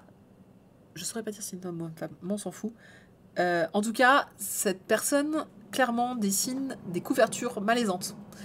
Et c'est dommage, parce que quand on raconte une histoire qui est aussi sur la corde, aussi tendancieuse. Non, faut me faire des couves un peu plus soft. Comme ça, t'adoucis le propos. Parce que là, du coup, tout indique que c'est louche. Oui. Moi, j'aime bien les covers. Bah ouais, mais non, parce que la couverture, je suis désolée, elle fait super, super malaisante. Enfin, elle met mal à l'aise. Je suis mal à l'aise pour la fille, alors qu'en fait, pas du tout. Alors, pourquoi... Toi, tu es louche. C'est ça, Sander est louche, je suis d'accord. Donc, oui, non... C'est compliqué à vendre, c'est vraiment compliqué, et c'est vrai que les couvertures sont... Alors, les deux premières, après ça va, mais les deux premières sont vraiment, vraiment louches. Et donc, de quoi ça parle? De ce manga qui est quand même 9 tomes en cours, et qui vient de commencer de notre côté. Alors, je remercie pas. Tu vois, la couverture est tellement louche qu'ils m'ont foutu que du coup, j'ai une version hentai. Regardez. Devinez ce qu'il y a sous le sticker. Mais non, mais quand est-ce qu'on me met des stickers aussi gros Je me suis demandé s'ils n'avaient pas eu des problèmes avec cette couve et que du coup, ils ont essayé de planquer. Alors, vous voyez bien qu'en fait, hein, voilà, ouais, ils ont caché les seins. Ils ont caché les seins, mais tu peux t'imaginer tellement de trucs avec cette... Déjà, la coupe est louche, mais si en plus tu me caches là, je me dis... c'est du hentai. C'est cool. Mais oui, c'est ça, c'est encore plus louche avec le sticker. Alors, il y a écrit la commandie romantique de l'année au Japon, hein, mine de rien. Et non, mais non, voilà. Ce genre d'illustration, c'est pas possible. T'as l'impression que la fille, il y a un... En fait, voilà, ça fait cabédonne, ça fait harcèlement, voilà. Mais non. Je vous le dis tout de suite, on est très loin. En fait, on est assez loin de tout ça. En tout cas, si comme moi, vous faisiez une idée de ce titre, non, ce n'est pas... Si on oublie cette couverture et le résumé qui va avec, ça va vraiment. Je trouve, moi, personnellement, que ça va. Après, j'accepte tout à fait qu'il y ait des... Moi, j'ai des personnes on en a discuté, qui l'ont lu, qui m'ont dit non, vraiment, c'est pas possible. Je comprends. Je comprends tout à fait. Je vois ce qui est problématique.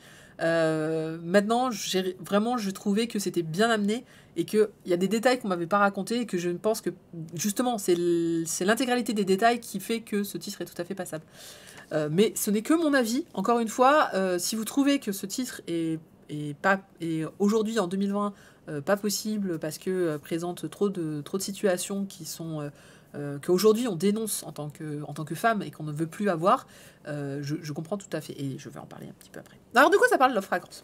Ça parle d'une une jeune femme, Asako. Elle est employée dans une société qui s'appelle Lilia Drop, qui est une société qui fait des produits hygiéniques, notamment des savons. Pas que de savon, des gels douche, des shampoings, ce que vous voulez.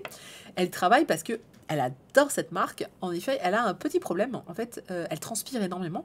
Elle est le genre de personne, vous savez, qui devient très rouge très vite et qui devient rouge, qui chauffe rapidement et qui va se mettre à transpirer dès qu'il y a une émotion un petit peu forte. Et du coup, c'est dommage parce que c'est vraiment la roue du vice. C'est tu stresses, donc tu deviens rouge, tu transpires. Parce que tu es devenue rouge et transpirante, tu stresses à cause de ça, et ça empire, etc. Et franchement, c'est un truc dans lequel on ne s'en sort absolument pas. Et donc, la jeune femme est très complexée par ce problème. Elle a une routine de dingue pour essuyer sa sueur tout le temps, à tout moment. Donc du coup, elle utilise beaucoup leurs produits, elle en utilise d'autres à côté, beaucoup de déodorants antitranspirants, des lingettes, etc. Elle se change de sous-vêtements. Donc vraiment, c'est quelque chose qui est permanent dans sa vie, sur lequel elle a une conscience vraiment très forte et qui la handicape un petit peu au quotidien. Et un jour, elle sort des toilettes, elle admire les savons en disant « Ah là là, j'ai hâte de voir la nouvelle collection, ça va être fou !» Et là, il y a un jeune homme qui passe, donc c'est celui que vous voyez en couverture. Faut que j'arrête de dire jeune fille, jeune homme, hein, c'est un homme. Il s'appelle Kotaro, et Kotaro, c'est le nez de la boîte. Donc ça veut dire que c'est lui qui compose et qui crée les parfums que l'on va mettre dans les savons, que l'on va mettre dans les produits. Et donc, il a cette particularité, c'est que donc il a un nez extrêmement sensible aux odeurs. Normal, c'est son boulot. Et il va, en passant à côté d'elle, sentir une odeur qui vraiment va lui plaire. Et donc, il va se rapprocher d'elle, il fait « Attendez, bougez pas », et il se rapproche d'elle pour sentir son parfum. Et il fait mais c'est fou, vous sentez une odeur mais super, super intéressante pour mon travail. C'est quelque chose que je recherche. Écoutez, il n'y a pas moyen, il faut qu'on travaille ensemble. Si vous permettez, là, pendant toute la semaine, je viens respirer votre parfum. Il y a un truc, voilà. Et donc, lui qui cherchait son idée pour la collection de la saison, il va donc du coup lui proposer ça. Elle est super contente sur le moment de se dire mais génial, génial, je vais pouvoir contribuer un petit peu à la société, la boîte, hein, Lilia Drop, je vais pouvoir contribuer à ma boîte et Alors, c'est pas... Voilà, Orange Mécanique. Alors, ce n'est pas du tout de la drague. On est vraiment sur du professionnel à 100%. Le fait qu'il se rapproche un peu, c'est parce que, évidemment, il sent à ce niveau-là, mais jamais il va aller plus loin que ça. Et donc, ils vont faire... voilà, donc du coup, il va régulièrement, genre une fois par jour, aux pauses, il va se rapprocher d'elle, et il va du coup sentir son parfum, mais il retrouve pas le truc. Il se dit, putain, il y a un truc, il y a un machin. Alors, ouais, voilà, alors, justement... il y a... mais c'est ça, le type est super sérieux. Il n'y a aucune romance au début entre eux. Elle est un peu gênée. Elle est gênée parce que... elle n'est pas gênée par ce qu'il fait. Elle est gênée parce qu'elle pense qu'elle sent mauvais. Elle est gênée parce qu'elle pense que il ne faut pas... il faut pas qu'il sente en fait qu'elle sent la transpiration parce que pour elle c'est super gênant. Encore une fois, elle a un vrai handicap. Elle a vraiment une conscience de son odeur corporelle qui est très très présente. Et elle a une très bonne connaissance des produits Lilia Drop, cela dit passant. Et donc du coup, tous les jours, lui, il va dire « Ah tiens, aujourd'hui... » Alors, et c'est fou parce qu'il va énumérer. Il dit « Ah bah aujourd'hui, t'as utilisé notre savon, là, au citron vert. Ah, et puis je vois que t'as rajouté aussi... ça doit être ce déodorant-là, et puis ce truc-là, ce truc-là. Ah, et puis ça aussi... Et elle va dire « Oui, c'est ça, etc. » Et donc lui, il va être là « Mais c'est quoi la bonne odeur que j'ai sentie la dernière fois, etc. » Et donc, c'est drôle parce que c'est là où le mangaka, je trouve, est très très clair, c'est... Contrairement à toutes les... Je vois toutes vos blagues, mais je ne vais pas commenter les blagues parce que ce n'est pas du tout ça. Et je trouve qu'on induit en erreur en blaguant là-dessus. Lui, il reste professionnel en disant « Je veux trouver cette composition de parfum pour la saison. » Et elle se dit « Oh là là, il faut que je masque un petit peu toutes mes odeurs. » Et donc, du coup, elle va avoir... on va essayer de comprendre. Alors, bien sûr, on comprend qu'il y a un truc par rapport à son odeur. On se dit « Mais c'est sa sueur, en fait, son truc, c'est ça. » Alors, au début, elle n'est pas super pour, mais encore une fois, c'est parce que elle veut pas qu'il sente à la transpiration. Et un jour, en fait, il va lui dire... ils vont passer le week-end, donc sans se voir, hein, puisque c'est le week-end et tout. Et elle va lui... il va rentrer genre le lundi, il va être tout émacié et tout ça. Et elle fait, mais qu'est-ce qui se passe et tout. Il dit, je peux vous sentir, s'il vous plaît. Et donc, il fait son traf, comme d'habitude. Et là, il redevient tout beau, tout mignon. Il fait, ah, ça va mieux. Il fait, mais qu'est-ce qui se passe? Il fait, non, mais... Ce week-end, j'ai pas arrêté d'y penser, et puis du coup, j'étais là, vous étiez pas là, et j'étais en manque. Et c'est plutôt me dit de façon assez innocente. Et elle, en plus, elle dit ah bah c'est drôle parce que moi aussi, en fait, ça m'a un peu manqué finalement de pas se voir et de pas rigoler ensemble sur ce sujet-là. Et là, en fait, ils vont se rapprocher, il va avoir un petit geste tendre, et elle va flipper comme une malade, elle va partir en courant. Et lui, il pense bon bah que ça y est, c'est fini, il a tout raté, et elle aussi.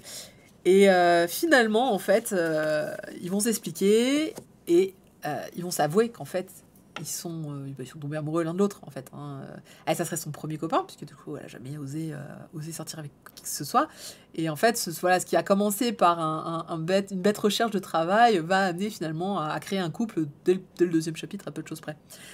Alors, il y a et du coup, la série va continuer sur cette histoire de lui qui est complètement accro au fait, à son parfum, et puis la recherche de c'est quoi ce parfum qui sent si bon et pourquoi elle sent si bon. Et en fait, on va comprendre que... Alors, je vais pas vous dévoiler ce qu'il va découvrir à son sujet, mais il y a une explication effectivement assez mignonne sur c'était quoi ce parfum qu'il a senti et qui lui a bien plu. Alors, le titre, hein, et je pense que ça se devine un petit peu au dessin de la couve, la fille a une grosse poitrine, soyons clairs tout de suite. Elle a une grosse poitrine. Ce que j'ai bien aimé, c'est qu'elle a la grosse poitrine et les vêtements et les sous-vêtements qui vont avec. Alors c'est un titre live, c'est un titre pour adultes. C'est un titre... Alors, pour adultes, pourquoi? Déjà parce qu'on parle de sexualité. Point. Et on parle de la sexualité d'adultes. Ils travaillent tous les deux, ils sont plus de 20 ans. Voilà, on est clairement dans le monde de la société, d'adultes, etc. Ce n'est pas coquin, mais par exemple, c'est donc sa première fois. Il y a des rapports au sexe qui sont expliqués. On la voit régulièrement en sous-vêtements. Alors, je dirais pas qu'on montre des jolis sous-vêtements, mais je dirais juste qu'on montre des sous-vêtements réalistes pour une fille qui a une poitrine comme ça. Non, mais c'est... Oui, c'est vrai que dit comme ça. C'est pas qu'elle a une grosse poitrine qui m'intéresse, c'est que c'est réaliste. C'est-à-dire qu'on voit que la personne... Alors, je sais pas s'il y a du vécu hein, pour ça, mais en tout cas, oui clairement, j'ai trouvé que... Quand j'ai vu ses sous-vêtements, je me suis dit... toi, tu as une vraie grosse poitrine. Y a pas de souci.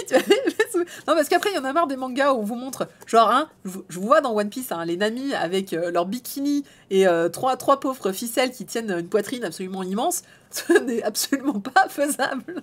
Ou en tout cas, ça doit faire vachement mal. Donc, en fait, finalement, on va rentrer dans une histoire de couple absolument adorable. C'est-à-dire que elle est super mignonne, c'est son premier copain, elle est hyper hypée, elle a envie de faire des trucs, on va avoir leur première sortie ensemble. Et puis lui, en fait, il est un peu bizarre, agréablement bizarre, c'est-à-dire qu'en fait, il est très amoureux et il sait pas trop quoi faire parce que, en fait, il réfléchit avec son nez à peu de choses près, avec les senteurs qu'il voit. Genre, il est capable de la dénicher dans la foule ou à peu de choses près. Et c'est vrai que c'est assez drôle et mignon. Et c'est vraiment fait mignon. Il lui montre ses cachettes secrètes au boulot. Genre, ah ben en fait. Mais elle est restée sur le côté. Je veux pas qu'il sente ma sueur, j'ai des complexes, elle a énormément de complexes, elle a pas confiance en elle, et lui il comprend ça en fait parce qu'il arrive à comprendre en fait ces sentiments qu'elle a. Et je trouve ça, et c'est là que c'est touchant parce que finalement il va essayer d'y faire attention. Il se dit j'ai envie qu'elle passe un bon moment avec moi, j'ai envie qu'elle soit heureuse, et donc du coup dès qu'il va sentir qu'elle va pas très bien, et ben il va intervenir finalement et essayer d'améliorer les choses. Donc ça c'est le côté vraiment sympa. Ah ouais non mais le c'est trop j'avoue.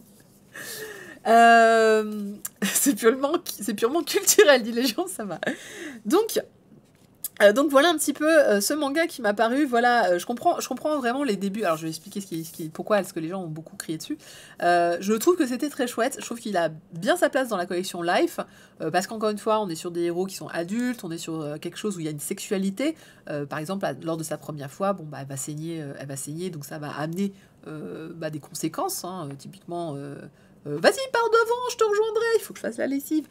Voilà, typiquement, c'est vraiment le truc. Bah oui, c'est sa première fois, donc la première fois, en général, ça saigne un peu. Ouais, non, c'est très réaliste. Et puis, bah, je trouve que le dessin est cool, le dessin est très chouette. La fille est absolument adorable, je l'adore. Hey, salut Spike! Ça y est, on les tient plus dans le chat. Spike, installe-toi confortablement. Je suis sur la fin de l'émission, désolée. J'espère qu'on aura profité un petit peu. Juste un petit extrait, donc, ça, c'est leur première rencontre. Donc, elle qui s'extasie des savons et lui qui sent cette bonne odeur et qui se dit, mais c'est elle qui sent comme ça. Et l'autre qui a très très peur en se disant, mais bordel, il va sentir que je pue la sueur, ça va pas, je me barre. À qui ce n'est jamais arrivé de sentir sous les bras et de se dire, je vais rester les bras fermés comme ça pendant toute la journée pour que personne ne sente rien. Donc bon, c'est vraiment mon maximum que je puisse faire en sueur, hein, personnellement, parce que moi... Alors, le Kabedon. Non, est-ce qu'il a Kabedon à un moment? Je me rappelle plus. Non, il me semblait pas qu'il a Kabedon. Si, il y a Kabedon. Alors, Kabedon, hein, c'est ce fameux... cette mimique dans les mangas de romance où le mec va plaquer sa main contre un mur, entre la fille est entre le mur et lui, en mode je te plaque au mur, à peu de choses près. Et donc ça fait un kaboom, on va dire, et on appelle ça le kabedon. Voilà, c'est une technique de romance comme une autre, qui est beaucoup décriée aujourd'hui, puisqu'on estime que c'est un peu une forme de violence. Voilà. Ça, c'est le moment où... Ne me respire pas. Donc... Voilà, et donc elle dit, je sais que mon odeur vous indispose, mais pourriez-vous épargner ma vie? Et donc lui, il s'excuse, il fait, non, mais pourquoi est-ce que ton odeur me poserait problème? Voilà. Alors, qu'est-ce qui était problématique? Alors pourquoi les gens râlaient? Donc cette fameuse scène de forme de Kabedon. En fait, une fois qu'il l'a senti un petit peu, quand la scène que j'ai montrée juste avant, il la kidnappe, hein, littéralement, il la chope, tiens, viens avec moi, et une fois qu'ils sont... bon, déjà, elle pense à un pervers au tout début, elle dit, oh mon Dieu, c'est un pervers, il s'est collé à moi pour me sentir, et j'espère qu'il va rien sentir. C'est très important, elle ne prend pas peur parce qu'elle pense que c'est sexuel, elle a peur parce qu'elle a peur qu'on sente sa mauvaise odeur à elle. Et en fait, il va effectivement la sentir d'un peu plus près. Alors, c'est celle-là, si vous regardez bien, hein, donc il est vraiment à côté, il n'est pas collé à son cou non plus, même si c'est ce qu'il lance. Et donc, il est là, il réfléchit, il dit non, mais c'est mon taf, et donc il va expliquer qu'il est le nez de la compagnie, il va se présenter. Donc ça, c'est quelque chose qui a été présenté comme problématique parce que c'est une forme d'agression sexuelle, de se faire renifler. Pourquoi? Parce que nous, n'importe quelle femme sur cette planète, malheureusement, si vous me dites quelqu'un est venu te renifler, pour nous, on imagine tout de suite un pervers. Pourquoi? Parce que chez nous, il n'y a que des pervers qui font ça. Donc, c'est pour ça que quand j'ai vu Love Fragrance et que ouais, c'est l'histoire d'un mec qui est fan de son odeur, ça paraît bizarre quand tu dis ça comme ça, c'est super, super bizarre. Non, mais t'inquiète pas, ça va redescendre parce qu'en fait, il y a un très gros bijou qui est très lourd et donc, du coup, la manche tombe, tombe beaucoup. Donc, honnêtement, non, c'est son travail, j'insiste. Et Kinetsu Yamada explique aussi ça parce qu'à un moment, elle va dans le métro et elle tombe sur un renifleur sexuel. C'est-à-dire un mec qui, dans le métro, va te coller et va te renifler parce que c'est son délire, c'est son kink sexuel. Bon, le problème, c'est que les kinks, c'est bien mignon, mais quand la partenaire est consentante, parce que sinon, ça marche pas, sinon c'est une agression sexuelle. Et donc là, c'est une agression sexuelle et le mec la renifle sans lui demander si elle est quoi qu'elle est d'accord. Et en fait, bon, lui va intervenir, et donc là, elle dit « Ah, mais c'est pas la même chose ». Et donc, c'est une forme, en fait, pour Kitetsu Yamada, d'expliquer la différence entre lui, la relation qu'elle a avec lui, et d'ailleurs, elle le dit à travers les mots de son héroïne, et les vrais pervers. J'aime pas dire le mot pervers, parce que, bon, déjà, je pense que chacun a ses fantasmes, mais par contre, agresseur sexuel, tout à fait. Donc, c'est pas un agresseur sexuel, c'est lui dit, voilà, c'est mon travail, j'aime bien ton odeur, je voudrais qu'on travaille ensemble et qu'on fasse quelque chose. Donc pour moi, après, est-ce que ça devient sexuel par la suite ? Non, en fait, j'ai jamais trouvé qu'il y avait une histoire de... Si, après, il y a une odeur à un moment, évidemment, quand ils couchent ensemble, ils font « Ah, il y avait cette odeur-là aussi !» que je découvre un petit peu dans l'intimité de la chambre à coucher. Et cette odeur-là, évidemment, il en devient très très vite dingue. Et là, ça devient un petit ressort comique, parce que du coup, s'il la sent ailleurs qu'au lit, c'est toujours drôle. Mais voilà, en tout cas, pour l'idée qu'on en faisait que, mais est-ce que c'est du coup, est-ce qu'il y a ce côté... Vraiment, j'aime pas le mot pervers, parce que pour moi, c'est juger des fantasmes des gens, et j'aime pas ça. Mais on va dire, est-ce que c'est un agresseur sexuel ? Dans le contexte, non. Et justement, on fait la part des choses entre eux. Lui, il demande, il lui dit, excuse-moi, est-ce qu'on peut travailler ensemble ? Est-ce que je peux venir sentir ton odeur, s'il te plaît, parce que j'en ai besoin pour le travail ? Comparé à les mecs qui te demandent pas, qui te collent dans le métro, et qui, à défaut de se frotter, vont venir te renifler. Ce qui m'est déjà arrivé dans la vie, et effectivement, on va dire le sentiment n'est absolument pas le même. Donc voilà. Sander qui dit, en vrai, pour moi, à partir du moment où des gens vont vers un partenaire pour la taille, les seins, la couleur des yeux, style vestimentaire, la coupe de cheveux, il n'y a pas de souci de choisir quelqu'un pour son odeur. Oui, effectivement, non, l'odeur, c'est... Oui, alors les phéromones, on en parle un petit peu dans le bouquin aussi, sur... Oh oui, bon, on a tous... Enfin, encore une fois, si t'es une femme et que tu habites Paris, que tu vas dans le métro... des frotteurs, des renifleurs, des hey, mademoiselle, vous êtes charmante, oui, je pense que dans la vie, tu tapes à peu près tout, quoi. Mais ouais, le renifleur, c'est toujours un peu bizarre. Puis c'est comme les frotteurs, tu sais pas, en fait. T'es là, tu fais, alors, attendez, faut que j'analyse. Est-ce qu'il frotte ? Est-ce que c'est le métro ? Est-ce que c'est moi ? Alors c'est bien quand c'est pas bondé, parce que quand c'est pas bondé et qu'ils sont à ça de toi, tu sais, non mais là c'est sûr, c'est un frotteur, y a pas de doute, parce qu'ils ne se tiendraient pas si près. Et puis quand c'est blindé, t'es là, tu fais... J'ai un doute. Est-ce qu'il respire juste fort ou est-ce qu'il me renifle ? Et là, tu sais, tu te retournes et tu fais « Excusez-moi, oui, tout va bien ?» Et là, tu vois la personne, tu sais, qui fait « Ah oui, donc tu reniflais bien, ouais, d'accord. » Bon, Paris, c'est la cour des miracles. Non, alors c'est n'importe quelle ville, hein, je pense, à partir du moment où tu es à plus de 5 personnes au mètre carré dans les transports en commun, t'as des chances qu'il y a des gens qui en profitent du coup de la promiscuité pour assouvir, on va dire, leurs fantasmes qui ne peuvent pas assouvir avec des partenaires consentantes. Et c'est dommage d'ailleurs. Mais bon. Non, il y en a pas tant. Encore une fois, le mec qui sniffe, j'ai pas de problème à partir du moment où il fait ça avec des gens qui sont d'accord. Mon problème, c'est quand il demande pas il demande pas le choix aux gens, en fait. Ça c'est pas bien. Faut pas faire ça à des gens, quoi.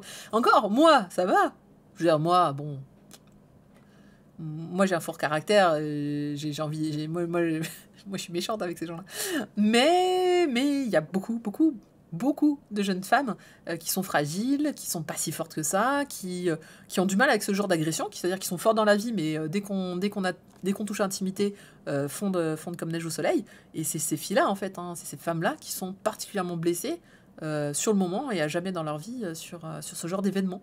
Donc je parlerai pas pour moi, parce que moi, effectivement, c'est un non-événement, et si je tombe sur ces mecs-là, je pense que c'est eux qui vont s'en souvenir toute leur vie comme un échec cuisant.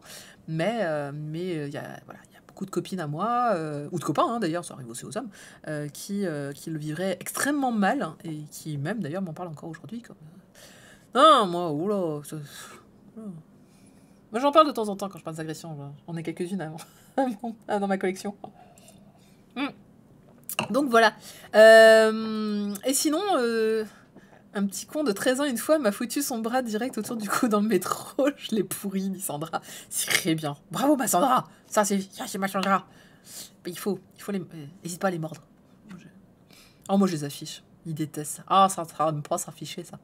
Donc, n'hésitez pas. Franchement, le vrai écran, je trouve que c'était beaucoup mieux que prévu. C'est une surprise. Alors, pas une vraie surprise, parce que comme c'était là, je trouvais que ça... Voilà. Mais je trouve que le contexte est beaucoup mieux amené.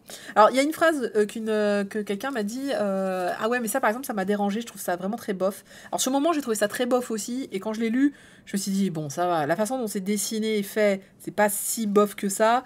Mais c'est dommage de le dire. Alors, je vais vous dire ce que c'est, parce que c'est une phrase, si vous pouviez éviter de la dire. Je trouve que c'est mieux. C'est la fameuse phrase où... Alors attendez, est-ce que je l'ai? Non, je l'ai pas. Bon, d'accord. C'est la phrase où en fait, elle va lui dire que c'était sa première fois. Et lui va lui dire, je suis content d'avoir été le premier. Dites pas ça. Dites pas que vous êtes content d'être le premier ou la première à passer sur quelqu'un. Je veux dire, en quoi c'est comme si vous me disiez, ouh, j'ai le paquet tout neuf. Non, c'est un peu le... Vous savez, ça fait tellement... Mais voilà, ça fait tellement territorial. Je t'ai fait pipi dessus, maintenant t'es à moi, tout va bien. Voilà, ah non, mais c'est maladroit, on est d'accord. Voilà, voilà, juste ne le faites pas. Je préfère les produits neufs que les produits les produits utilisés. Bordel, moi je l'ai dit. Bah, c'est pas génial. C'est maladroit, c'est pas méchant, mais... c'est vraiment... question d'interprétation, moi je passe ça comme particulièrement mauvais. La sacro-sainte virginité. Bah, le fait que tu dises que t'es content d'avoir pris une virginité, c'est que tu lui donnes de la valeur, en fait. C'est voilà, dire ah là là, j'étais ton premier. Après, oui, on peut y mettre. Après, ça dépend ce que tu mets derrière, mais là, c'était juste ça. Ah, je suis content d'avoir été le premier. Juste la phrase toute seule, c'est pas terrible. Alors que, bon, bah, si tu dis ah, bah, on va pouvoir découvrir ensemble, je sais pas. Enfin, tu vois, il y a d'autres manières d'amener les choses. Voilà, c'est vrai que cette phrase-là est un peu bof. Essayez de ne pas la dire. Je pense que votre partenaire s'en retrouvera. C'est bien de le dire à son partenaire que c'est la première fois, parce que en plus c'est une galère la première fois. Enfin, je veux dire, personne devrait être content de taper la première fois. Hein. Non, t'as tout à débroussailler, c'est une horreur. Ça fait mal, tous les gens sont mal à l'aise. Oh, franchement, si on vous dit c'est la première fois, oh merde, oh zut, il y a du boulot là. Bon, bref. Je la dis pas sans. Mais non, ouais, donc la petite phrase là, elle est très, voilà, territoriale. C'est une très belle façon de dire ça, c'est-à-dire. Donc, voilà, à part ça, donc, alors oui, hein, y a des scènes un petit peu dénudées, légères. Hein. Voyez, ça, c'est un soutif de grosse poitrine, et j'en sais quelque chose. Et l'héroïne est trop mignonne. J'aime beaucoup cette héroïne, mais je suis tellement triste pour elle qu'elle ait si peu confiance. J'ai envie de la prendre dans mes bras, j'ai envie de lui dire qu'elle est bien, qu'elle est géniale, qu'elle mérite d'avoir, elle mérite de trouver l'amour, elle mérite d'avoir un petit ami, elle mérite tout ce qui lui arrive. À un moment, ils sortent ensemble juste pour une sortie, c'est leur premier rendez-vous, et elle ose pas lui donner la main parce qu'elle sait qu'elle est moite des mains. C'est horrible, on s'en fout. Les mains moites, c'est pas désagréable, ça devient chaud en plus. Donc, voilà. Alors si, sa première fois, c'était comme Scary Movie. Non, je peux pas vous raconter ma première fois, parce que sinon, si mon ex-mari tombe sur la vidéo, il va être malheureux, mais... Bisous, San. Non, donc... Non, mais il y en a pour qui ça se passe très bien. Ça s'est très bien passé, effectivement. Mais ouais, on sait... Il y a des premières fois foireuses, quand même. Il y a une majorité de premières fois foireuses, on dirait ça comme ça. Après, ça dépend ce que vous entendez par première fois avec un garçon ou première fois avec une fille, parce que du coup, c'est très différent. Je dis ça, je dis rien, hein, mais bon. Je suppose, on parlait homme-femme, du coup. On va devenir ça comme ça. Qui a tenu 2 secondes. Oh, c'est méchant. Bah, écoutez, je sais pas, vous avez été ado comme tout le monde. Vous savez très bien comment c'est quand on est ado. Personne n'est à l'aise. T'as 16 ans, t'es là. Il fait quoi de mon corps? Je fais quoi de mes bras, de mes jambes? Je dois réagir comment? Oh non, c'est pour ça que j'ai dit première fois, c'est nul. Voilà. La femme connaît les bases, j'imagine. Non, non, non, t'es mal à l'aise comme tout le monde, hein. Oh non, non, quand t'es... Ah, je dis ado, hein. Une fois que t'as un petit peu de bouteille, ça passe mieux, mais... Ado. Ado, t'as les hormones en plus qui sont, qui sont juste au firmament de ta vie. Ah non, tu passes un mauvais quart d'heure. Faut déconseiller aux jeunes de faire l'amour avant 18 ans, c'est nul. Voilà. Ça tombe bien parce que dans la fragrance, ils sont plutôt vieux. Donc c'est plutôt cool. Ça se passe bien dans la fragrance. Enfin, elle panique, mais à part ça, voilà.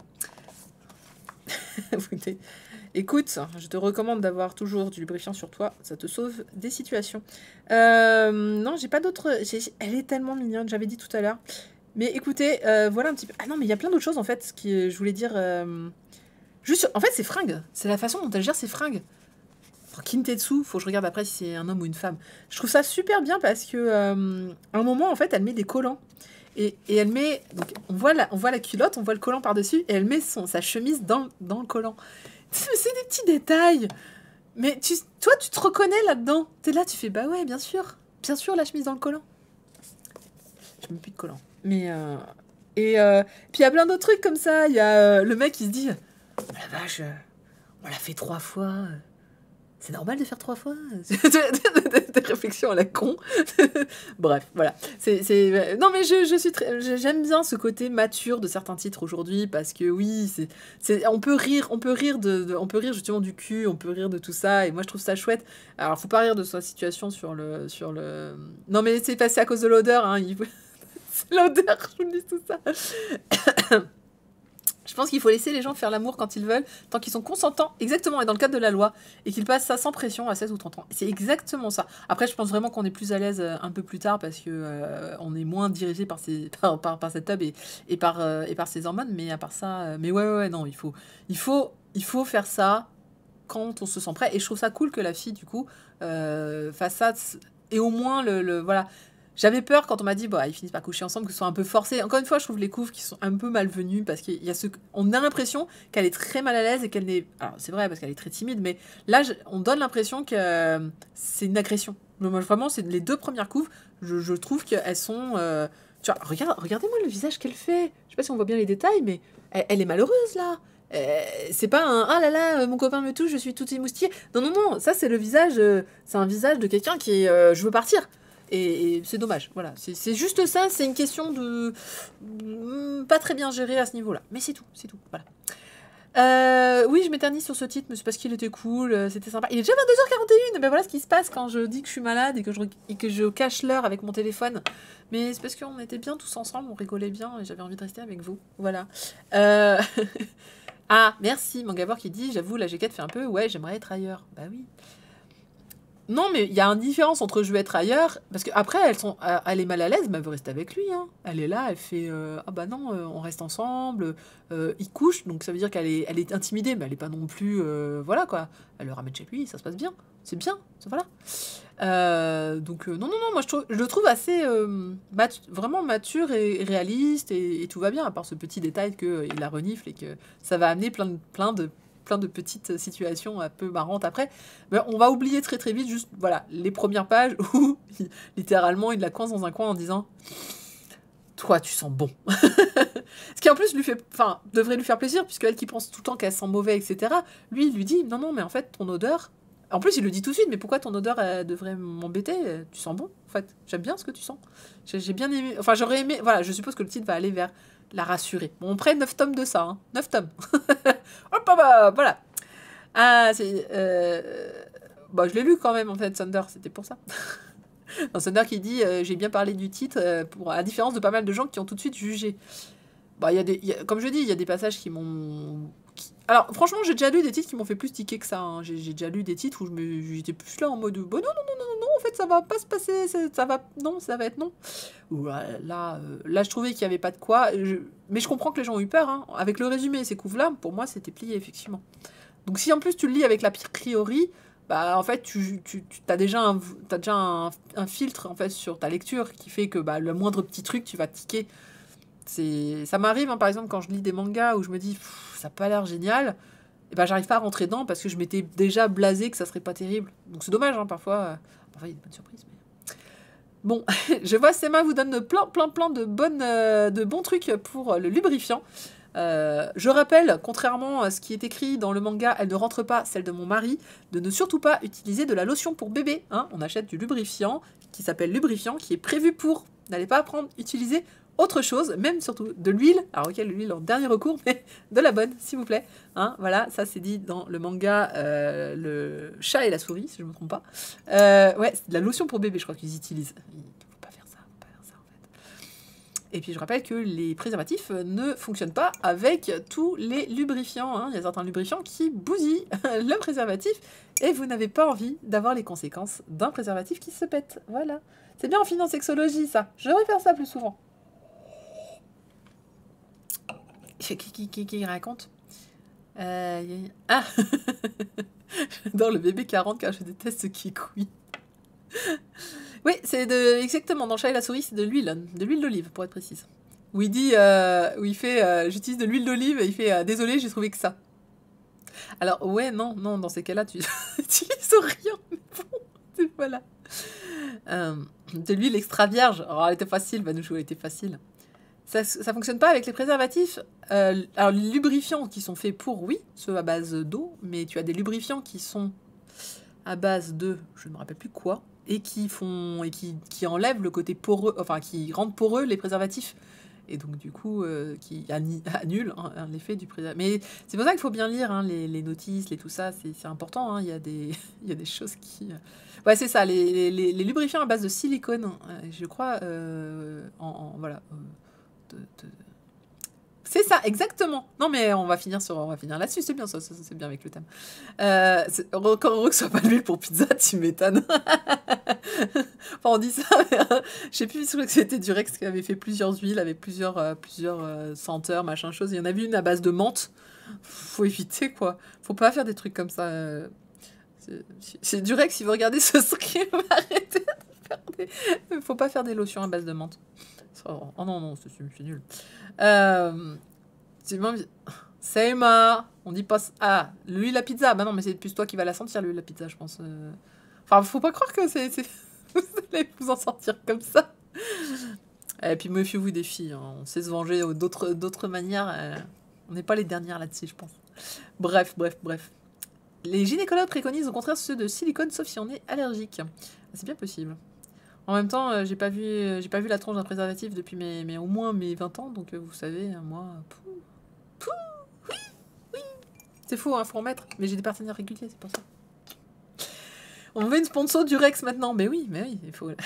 Je vais enlever Love Fragrance à Takana qui sont en train de se dire... Mais qu'est-ce qu'elle raconte? Ils sont partis beaucoup trop loin. Ben oui, mais bon, on parle de sexologie, parce que dans Love Fragrance, un petit peu, quoi, quand même.